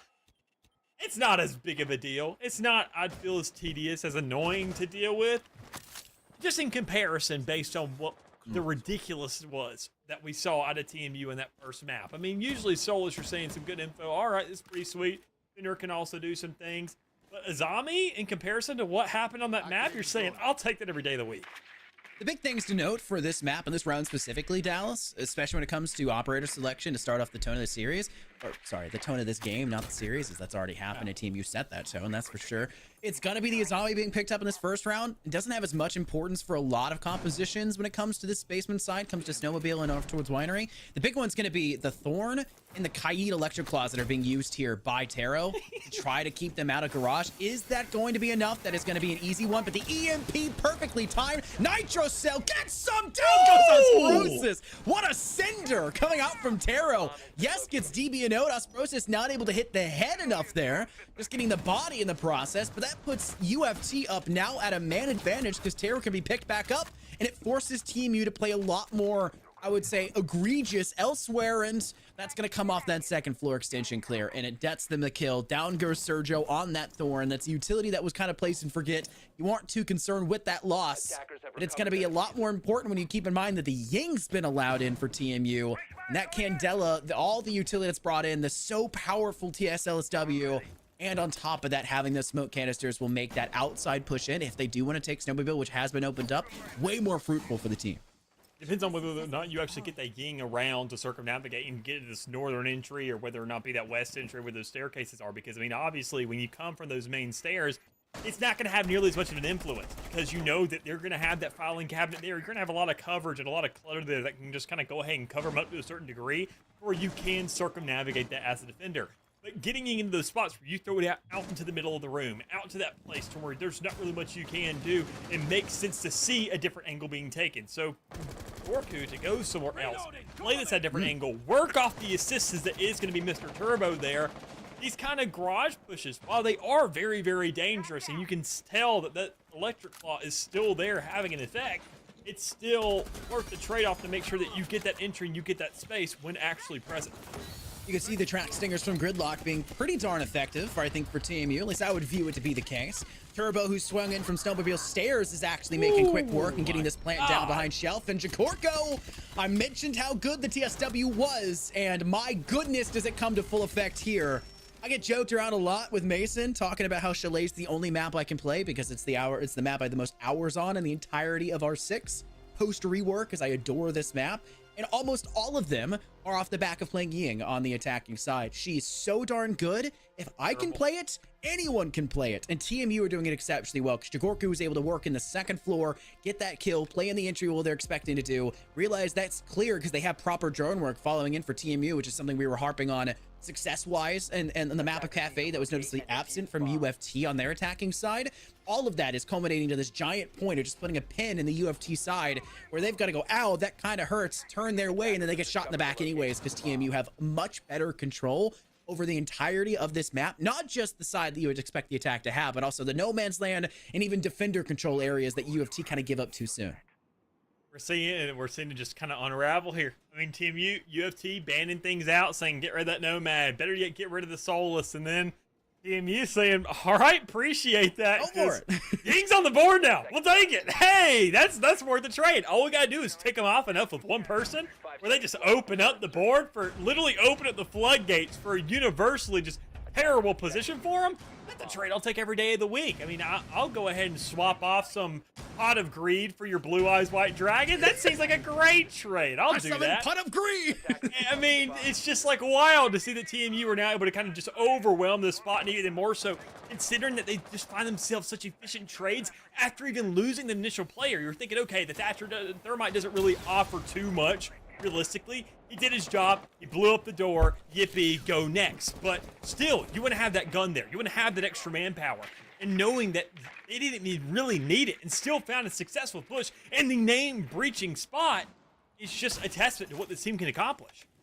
Sergio switching over to the Wardens, not that shocking to me. If they're really worried about that Candela, specifically Jagorku, who's, once again clearing out the second floor and hunting for this roamer, you would play the Warden, you play the glasses, you bring out the gamer shades. But now you've got the issue of where is this secondary exit flank going to come from? And the attempt is going to be in from that astronomy side, or sorry, from the solarium side window, where you have to be a little bit more careful on that execute out. You were trying to hold the cutoff angle, and it maybe was set up a little bit too slow for TMU, but doesn't mean that it's an impossibility. Jigorku in a firefight with Sergio will force Sergio downwards, and you get a player inside garage, big garage that is, that's holding a cutoff. That's Nash, who had the right idea, but doesn't see the Capcan traps. Have been swapped out from the Kaid of that last round, and down goes Sergio. There is a cutoff from Osbrosis. A fallback plan has been made, but now, team, you're aware, there is, in fact, EDDs. There are going to be explosive devices on these door frames. We just need to kind of figure out where the remainder of them are. That also kind of means we should theoretically have a much easier job getting open that snowmobile garage side.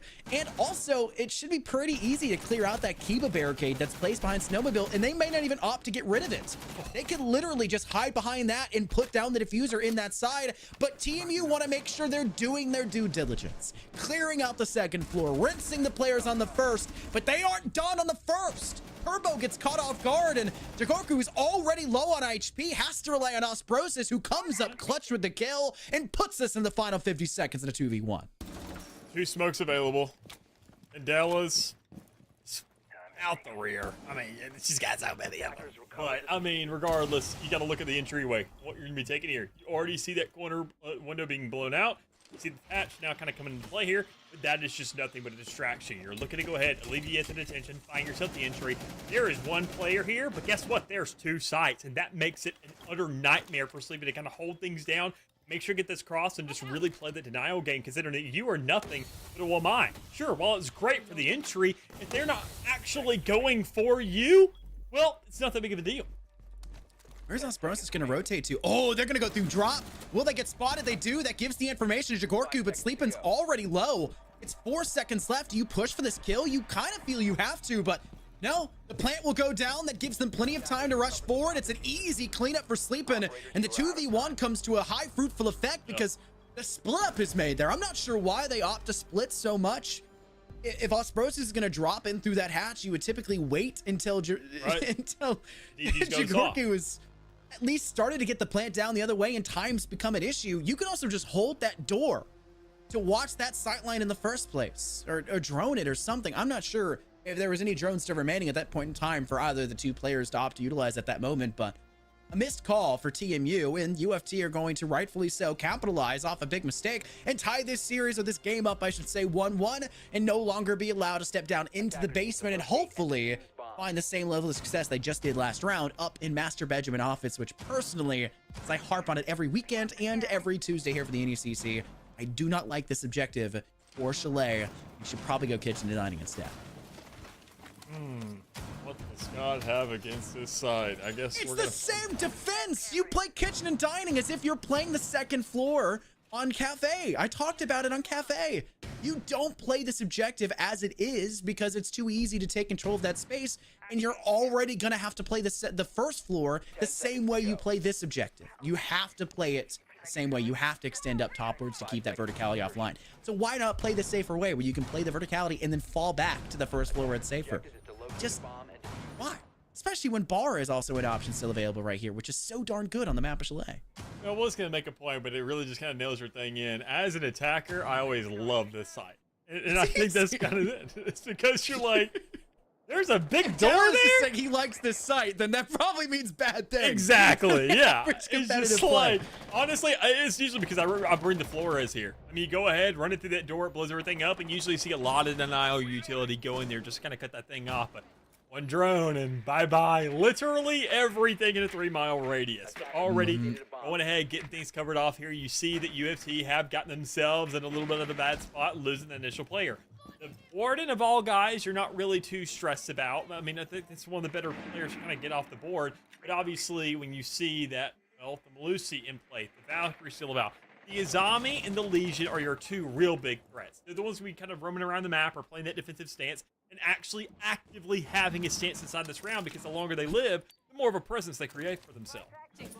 Gorku's teasing the possibility of a Candela as the track stingers from actually start to do their dirty work, just step by step, making sure there is no more roam game that can go through silently for UFT, which is obviously a concern. They know that Nyx was out roaming, and they know that Surtur was also separated slightly, and you're gonna have to be concerned about Taro's possibility on the extension for the Legion as well. It's just little things that could be an ever-present threat to them, and they're doing a very good job of isolating all of those potential possibilities and ensuring that they aren't going to be in the timeline that gets, you know, Doctor Strange through to take down Thanos. You need to make sure every timeline matches to what the result you want, and TMU have to do that themselves. Can't just rely on a magic time, stone to do so.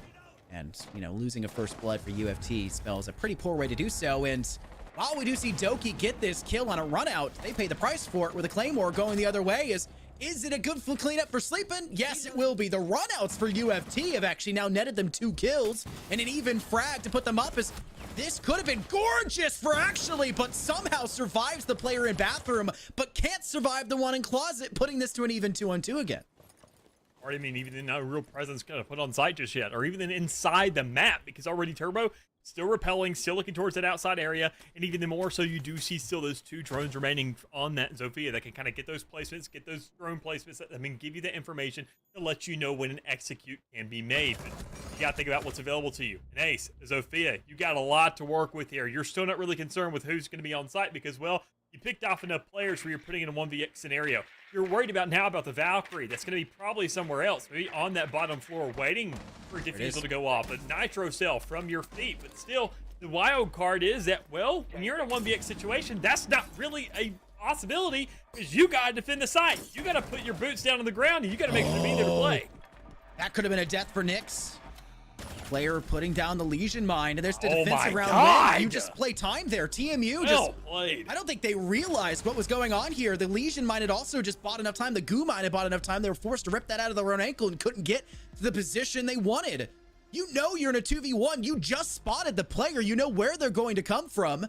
And you know that bathroom wall is already breached open to a large part. I just feel like a big misplay for TMU puts UFT on top, and that was exactly what I said going into that second half. TMU only had to rely on Cafe that second half for a couple of mistakes. 2 mistakes max for UFT, 2 big mistakes. And now we're seeing UFT say, TMU's making mistakes too. Gods can bleed. They dominated us on Cafe, but we're now showing that we can and will beat them on Chalet if they continue to have these big mistakes go our way. Failure to clear out game, failure to step into open space, and big time problems in major 2v1 scenarios. Now 2 rounds in a row to give UFT the win. We said clutch rounds weren't enough to make it a favorable game for Cafe despite the scoreline. We're now seeing clutch rounds go the opposite way for TMU, who just can't win in seemingly favorable spots. And it was another one of those kind of denial positions, all things granted. I mean, it was the same exact thing what we saw in Cafe. It was instead of 1v2, it was being a 1v3. Playing the timer, you're on the defense, you're just kind of running away and stalling that out. But even then more so, we're seeing at least a little more initiative out of TMU. Actually getting that defusal down over and over again, at least going for it. And sure, while it's always delayed a little more than what would be favorable, it's at least going down. The idea and the execution, the presence on site is there. We haven't seen UFT on this map just yet on the attacking side to see where they're going to meet that, but their defense is at least there enough to create that presence, to create that intimidation factor, and to create that fear that gives you that space to actually get things going. But looking at the map right now, there's not much of an actual presence across the entire map. It is all within a singular corner for one team, and in the other side for another, where it almost looks like there's a line of scrimmage set up here. Big trust, I would say, to not cross that line, and at the same time, you have to cross the line, right? It's a must-case scenario for TMU to now get to the finish line a little bit more quicker, I would say. And the Osa shields is what they're attempting to do so with. If you can put down these shields successfully on Mezzanine and get the breach open and not have the breach also destroy the shield, which is kind of a big concern for a lot of people, you can set up a really solid foothold on that Mezzanine side, and that's going to be the bigger problem here. So Sergio, just standing in the middle of piano, downs Jagorku, finishes them off, and yeah, you've got that Mezzanine control, but you've lost control theoretically everywhere else. As Sergio, the 9v19, downs yet another player of Actually, and puts this into a 4 versus 3 off that refrag, and TMU lacking the Osa for a second shield to work with, and the track stingers, meaning that UFT could take this man advantage, forego that advantage on site, and send one player wrapping around. The Flores drone on the exact wall where you just basically killed somebody is kind of funny, considering that that's where we just saw Sergio, and they're like, let's just make sure nobody's around here.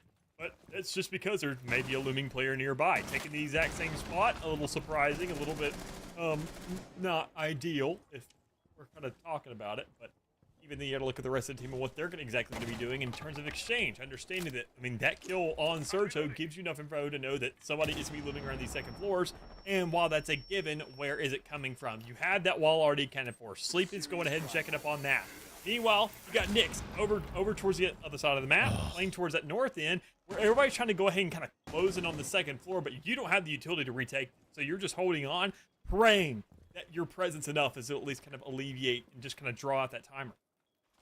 Where is the denial here for Turbo? All of this was set up to keep an impact off of taking out this last exothermic charge, and with that gone, you're now sitting in a spot where you have no ability to breach into dining. You have to ego swing every single corner, and the ego swings just aren't working out. You lose your one up inside of office. That means that player still up there can hide up there for the remainder of this round and essentially make this already nearly impossible scenario just exactly so. As Doki isolates one, can't finish the job. Down to 8 seconds though, red time ticking. No chance that we see TMU pick up 3 kills in this moment because you still have players up on that second floor. And with Nyx's wraparound in through Trophy Stairwell, trying to work down that elbow and worm their way in for a kill, they do so, and it's just TMU just getting outplayed, truly speaking. That's why dining is so darn dominant. If you can hold a player in office because you play for the extension up on the second floor, like I've said, very little things can stop you from taking down that utility.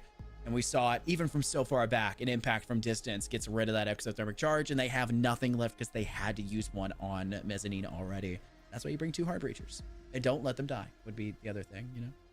Even then, I mean, to start off the round, you were given a very deep breath relief to start things out with there with Sersha. I mean, 2 kills off the back of that Azami. Still not, I mean, obviously you don't really have all the walls present on that site, but I mean, still just going ahead and making sure to bring that attention to Piano off of that office for a second, create the opening where you know that you got Nyx over towards the north side. You got this, or you got the mute playing inside that office where everything's kind of lining up for you. As you mentioned, it comes down to the ego swings at that point and making sure to diminish those numbers to a degree where you can't even take favorable fights there anymore just because of the player allocation that's on that floor alone. You've already set the entire map to be into your favor. Whether you play for numbers, obviously you want to go 1 for 1, but going 2 for 1 and even then in a separated instance of the map that isn't even on the objective, that's even more important just because you're not putting nearly as many players there. So, well played there. I mean, obviously, UFT, their defense is going to look much, much better. I think the big part of Cafe was them starting off on a bad foot on that attacking end. His defense always feels much more easy. It always feels a little more comfortable. You're given that space. You understand where your line is drawn, and you just kind of work with it compared to creating it and pushing it and taking control with that and shifting it over the course of a round. That TMU, to at least get one early on, shows that they're up to the task, but can they consistently do it over and over again? Because they need at least a second here, I'd say. Consistency is key, right? And for UFT, they've pretty much shown they can do it at any objective. All 3 that they would necessarily be hitting. It's just a matter of can TMU change the pace. And I think this is a great way to change up the pace. Jakorku's off of the Ying, off of the Osa we saw fail in the round prior, and now over towards the Ram, which is less impactful, I would say, as a piece of utility in comparison to what we're used to seeing for a map like this. Its biggest piece of utility usage is going to be inside a Fireplace Hall, where you would typically consider, or sorry, yeah, Fireplace. You could use a cap, no, not a cap can, a fuse. Cluster charge, the old SI 2023 strategy to use cluster charges, break down the floorboards here, and create sight lines from there. But Ram can now do all of that with a single piece of the kit and have a very solid gun to work with flashes in the back pocket. Arguably better, a lot more useful here in terms of total sightline creation, as UFT don't have the safe space to extend away from sight and now have to sit a lot more close, like here inside Blue Hall. Why are Taro and Nyx Talk so darn close? Because the roof is made of lava and there's no safe angle to really hide behind. You're not facing a rogue Mick here when it comes around to this ground floor.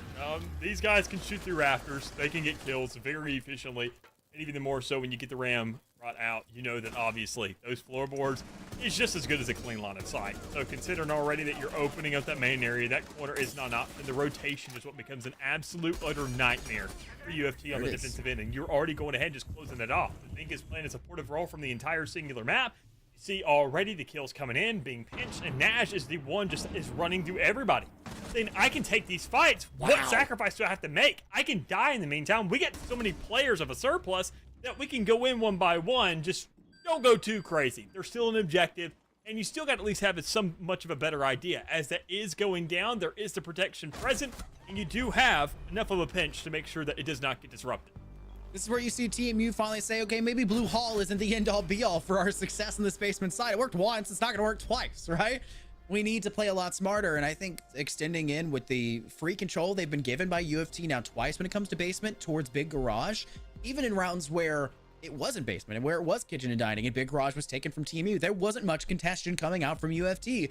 TMU using that as majority of a way to get control. They take control of boiler. They get the exothermic charge planted on that wall. Even if it doesn't eventually become the biggest use case for them because the mirror window gets broken and you lose your retreating thermite of osmosis on the attempted runaway, it doesn't matter. They did their dirty work. They got that sight line open and they created the pressure saying, hey, there's absolutely 100% a player here. And that's enough information to say we can just go from here and find where we need to after the fact.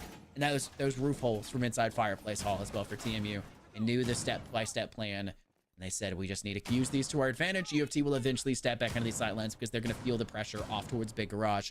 And that's your step. That's your backup plan to your backup plan, right? If the first one doesn't work, you've got a second, you've got a third, and that shows depth of strategy, which is so darn important in R6, especially when your main strategy probably won't work when you're down to 3 players, probably won't work when you're down to even 4 sometimes, depending on the operator that gets knocked off the board. So we now head into the very possible round of this half. 3-3 is a scoreline team you're going to pray for.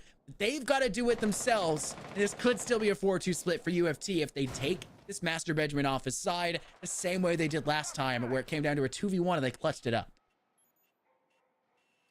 We're just sitting at 32 on the scoreboard. You know that, I mean, obviously there's some actual executions that worked out here for TMU. That was really the biggest thing that we're looking at, is always taking it from the underdog's perspective, because the one up top isn't really struggling too much. You got to kind of obviously do the same thing as they would do in a practice. Analyze what goes wrong.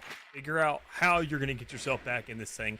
Figure out what exactly these holes are to make sure this thing gets right back to an even standpoint. So considering that already we are seeing a little bit of a holes being exposed by UFT, a little bit more presence towards that site, playing from underneath, and more so just kind of working on these outer angles, it really opens things up to where when you hear anything at all, you're going to start to panic.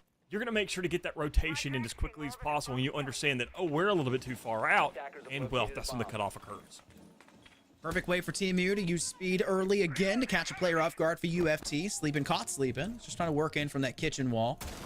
TMU, who claimed that space pretty darn effectively, now need to do the exact same thing when it comes to mezzanine. And Doki, where you would typically expect maybe a shield to be here to help with that extension upwards, there's nothing. They have to play this very dry, very simplistic.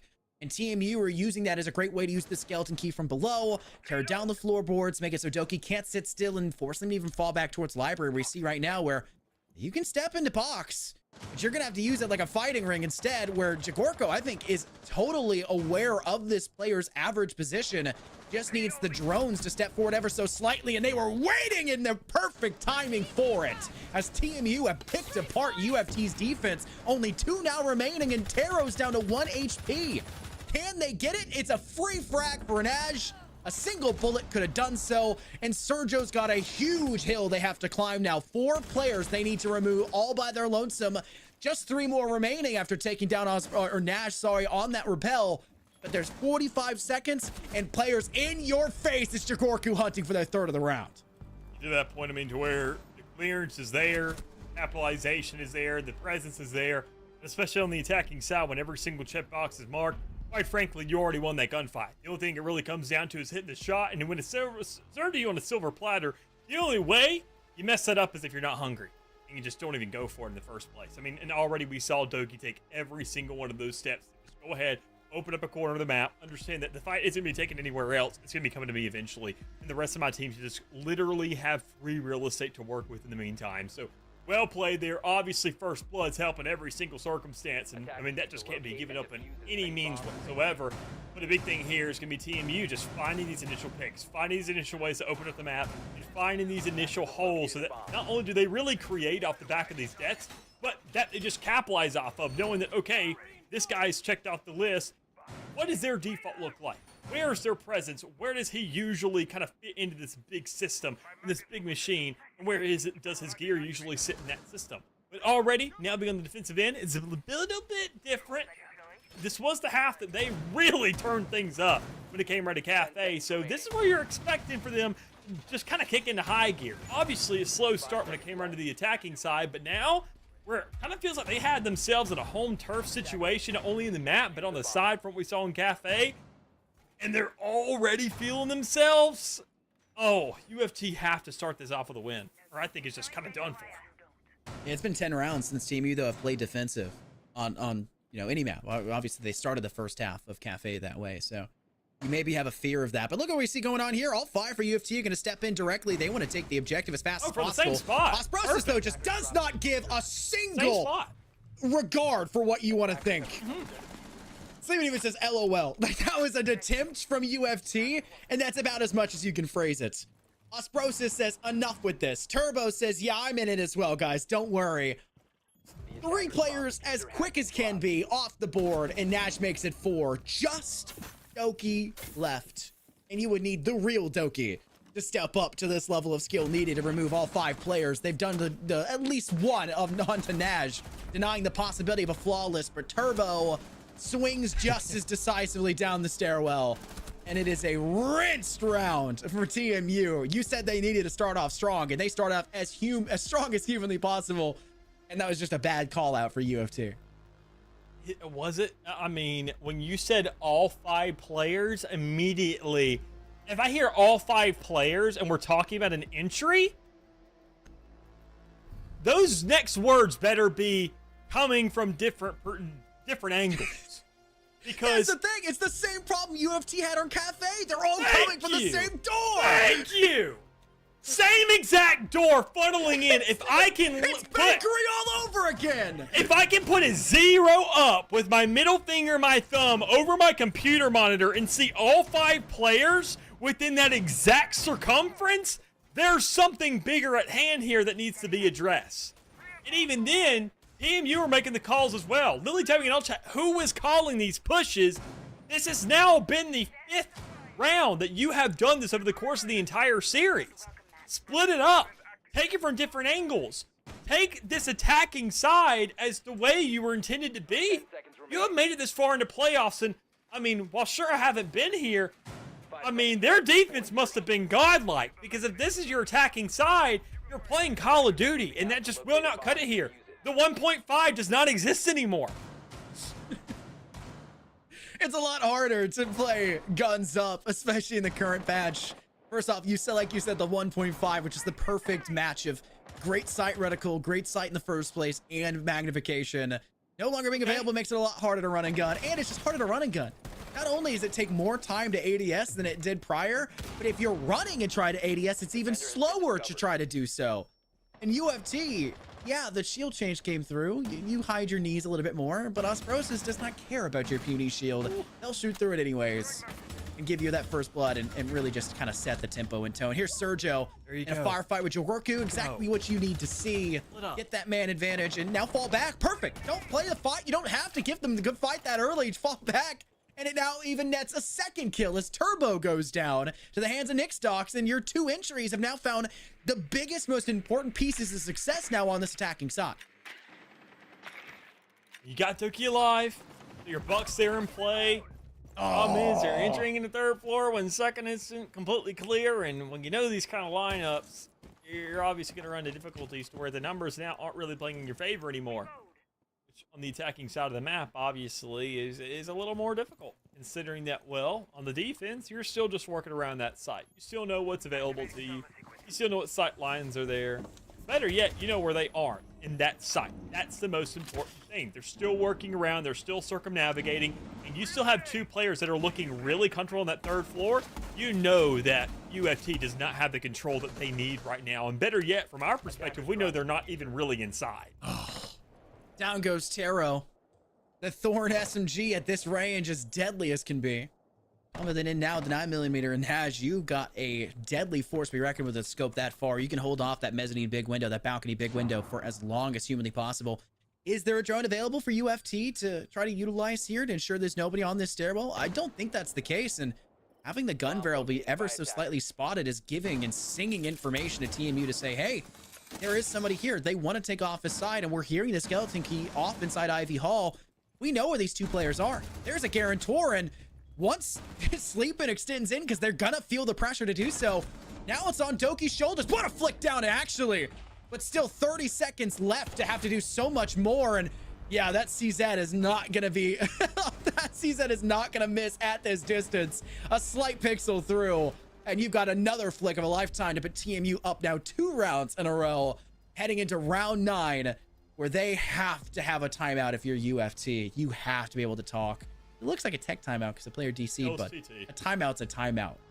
You got to talk. Yeah, still a discussion nonetheless, which is definitely required at this point in the game. I mean, you're not sitting at that threshold just yet to where the game's over, but still at that threshold where you're saying, regardless if you're looking at map point or looking at be over with, anything leading up to that is worth just a little bit of a slowdown, a little bit of a discussion to figure out what exactly is going on. And quite frankly, we had some good flashes of what UFT could accomplish on the attacking side in that last round. I love the start. They had 5-3. You're thinking, best case scenario. It's like we're seeing a different team. And then, because you gave it up, back up, look to kind of rendezvous with the rest of your team, and you're saying, all right, guys, I got inside. I found my kill. Now I want to work with y'all. Where are we? Oh, we're still outside. What? What were y'all doing? It's that point to where I would have been better off where I was playing, where we then kind of worked together to play as a unit to make sure to carry that influence through the map. And you can get up to the ground floor. That's great and all, but the problem is the third floor still presides. It is still there. It is still lingering. You have a lot more players sitting there working the verticality from top to bottom than, you know, bottom to top. So already knocking those guys out, it looks good, but you just didn't find nearly the assistance. You didn't find nearly the angles you needed to there. You didn't put nearly the pressure that was required to take that third floor with the numbers that you have. I'll point out as well that it seems like so much of UFT's success off their entries, their Zofia and their Ashe in that last round, is coming off of isolated kills. TMU had 2 extenders. That's the 2 players who go down. But note that when TMU have their players static on site and holding these, what I would widely consider to be default defensive positions, your static defensive positions, they're failing and falling apart. And I'm not sure where the difference is coming from, because UFT taking those angles, they're 50-50s. Jagorko is trapped inside big garage there, has to escape in through hall, has to work in from boiler side, where you have control there if you're NECC and holding that cutoff. Yeah. That should be an easy kill. There's no way out. There's nowhere else but there. You can get Jagorko. That's not a problem. Secondary one, you're dealing with Turbo. Turbo is kind of slightly out of place. That's a frag you'll take any day of the week. What about everything else? Where's the angle you're coming from? Where's big window control on that sight line to now? Where is a player trying to take Ivy early and then swing out with flashes through a corner and have Ego Window be in check?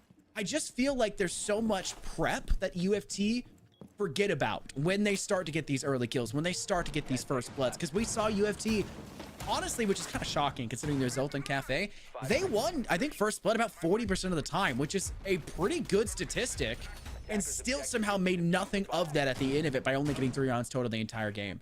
And it's looking like the same thing's kind of happening here. They're getting first bloods. They're finding these kills. I just don't think they're making the impact afterwards, because TMU are winning 50-50 gunfights when they shouldn't be 50-50 gunfights. They should be 80-20 gunfights, because you've sent out utility, you've flashed, you've dumped your positions, you know where they are because you have drones. They should be going in UFT's favor, and yet they're still 50-50s. And I'm sorry to break it to you, TMU are gunning you down. It is more like 30-70s, because they are just showing that they could be better fraggers right now. If they're gunning you down, what's the worst thing going to be playing? PDM. And it feels like that's kind of what, quite frankly, UFT's buying into. Where they either set that line of scrimmage where the spawns are, and then just kind of go all in one, and at that point, you are literally fishing a barrel. But here, when you spread things out, you're kind of working more to find these frags. You got to set things up. You lose sight of the objective. And I think that's the big problem that's really just tearing them up here, is understanding that we got to have one cohesive objective here. We got to have one synonymous idea that we really start to kind of close off on.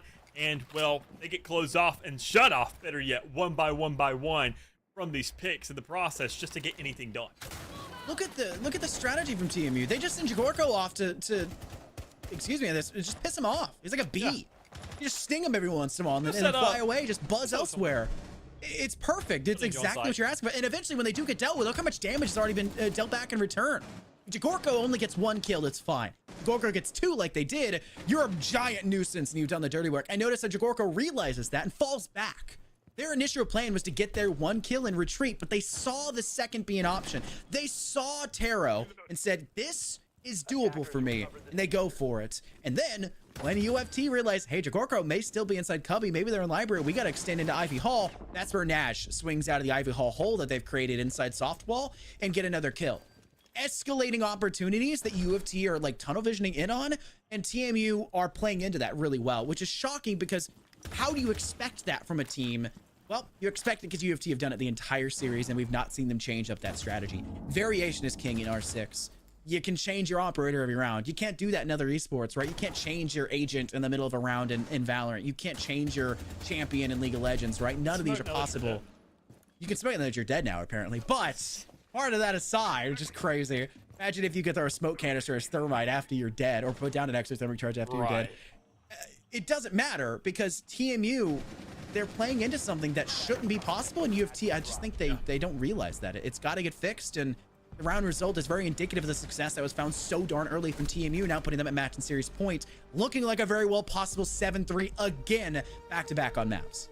They set up, they either find themselves starting really good, really healthy, and then it just slows down, or it just seems like they're hemorrhaging, and right off the get-go they just don't look healthy off the get-go, and they just kind of slow down more and more and more as the round progresses. And no matter what, it feels like on either end of the spectrum that you're looking at this from, the problem still resides. You get these late round situations where you actually have to put your eyes on the side. UFT are either lacking players, lacking resources, which obviously will also count as players, or they're just lacking an idea, lacking a sense of objective there. And at that point, TMU, they have so much stuff to work with, they haven't really been stressed or even kind of strewn in by that point. They can just say, let's throw players at them. It's a one bullet game. They're already down numbers more than likely at this point. And as you said, just kind of throw players at them, just kind of create that fear factor. It's a one bullet game, and whenever they're isolated, still trying to pinch a site in a one-to-one kind of perspective, it's just not going to work out for them.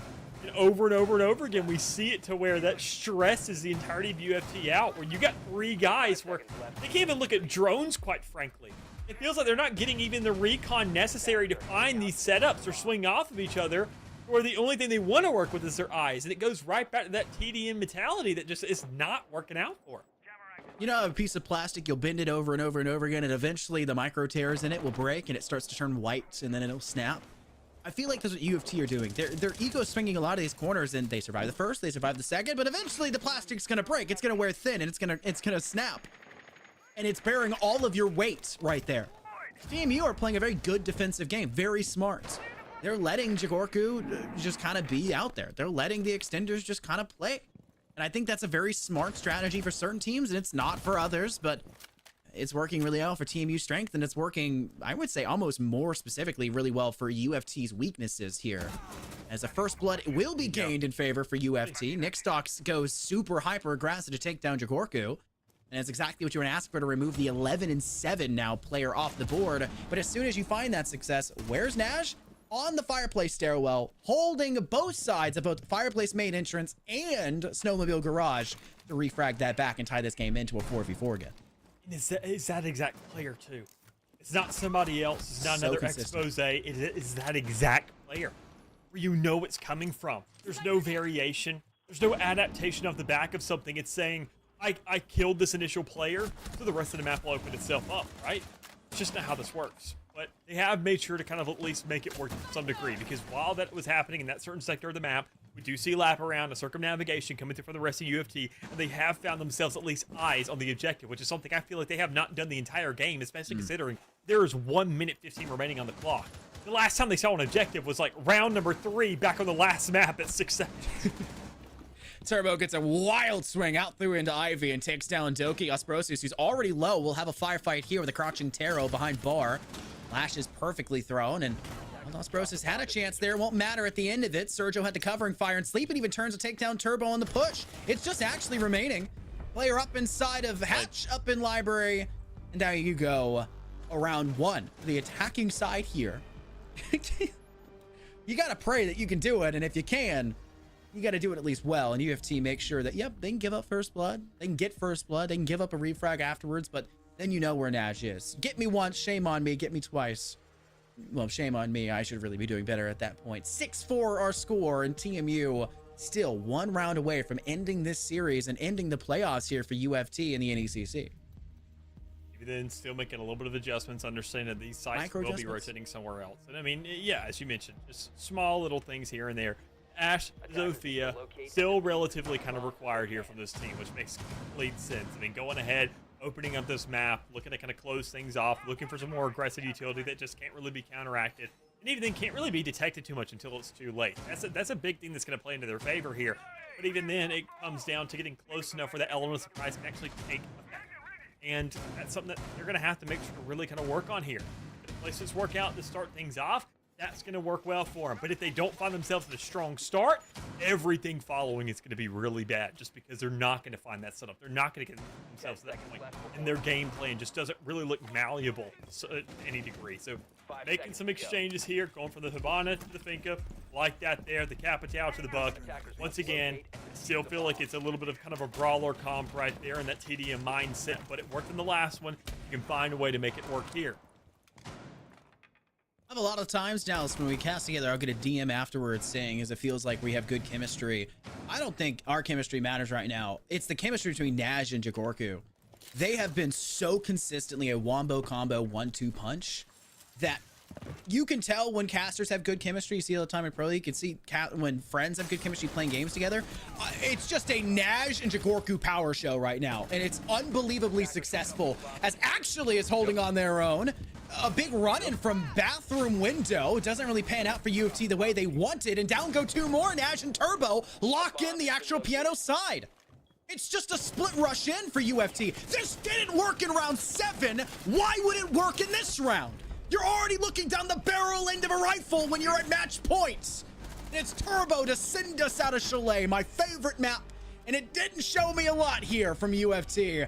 But they at least got one more than they did previously. GG no read TMU. They'll move on in the playoffs. And Chalet is over. And the NECC hopes for UTM are over as well. Feels like not enough resistance coming out here from UTM. I mean, considering what this game was supposed to present to us, seeing the results of what that last matchup was between them.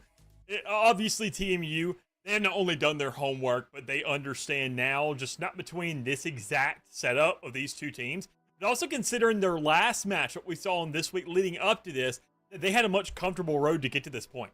Even then, I mean, knowing that their seeding wasn't as high, that their performance wasn't as great over the course of the actual regular season, their progression has been further than anybody else. And that's when it really starts to matter here in playoffs. They understand where their strengths are. You mentioned that dynamic duo. It doesn't only carry on site, but it carries in the roam game as well, where they understand that you leave it to us, we got an entire floor covered, and especially, it's going to eat away at them. It's going to eat away at UFT when you see that already, boom, if they're all coming through a singular doorway, that makes our job a heck of a lot easier. And it happened 1 too many times, 3 too many times, better.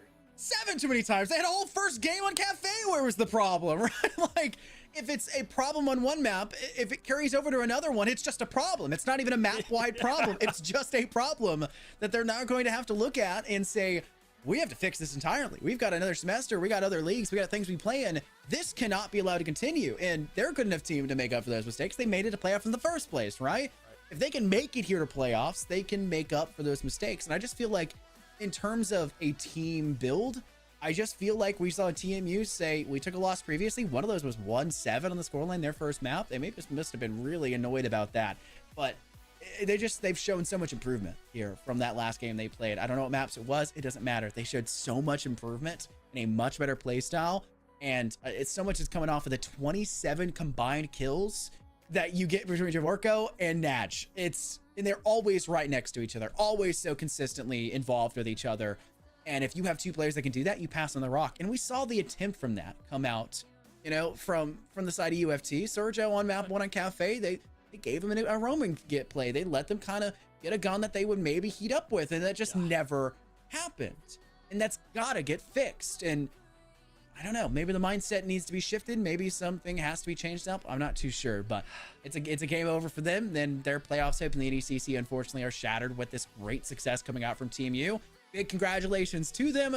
And a big congratulations to all the other victors we've had here throughout this week, as we'll have more victors come out through the rest of this week, Dallas, as we'll have League of Legends coming up tomorrow, Overwatch 2 on Thursday, and Rocket League on Friday to close out this side of the playoff side. But there's more coming up, just not the week after, as Easter break is coming up next week, and there will be no games going on, so you don't have to worry about tuning in there. You can tune in to other places elsewhere and maybe get some more scrims. And if you're a team that's still holding on here in the NECC, maybe you need that little bit of extra time to do so. My name is Infernosis. I've been joined here by Dallas. It's been a pleasure to be casting this, and we'll see you guys throughout the remainder of this week with more esport action.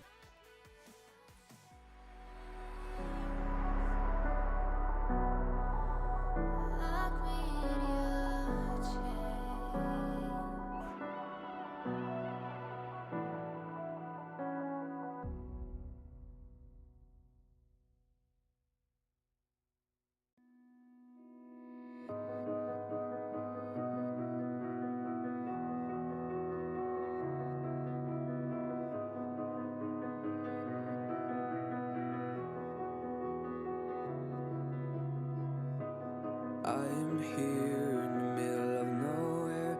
There is no there, it is cold there, but I am safe and I am warm. Although it's hard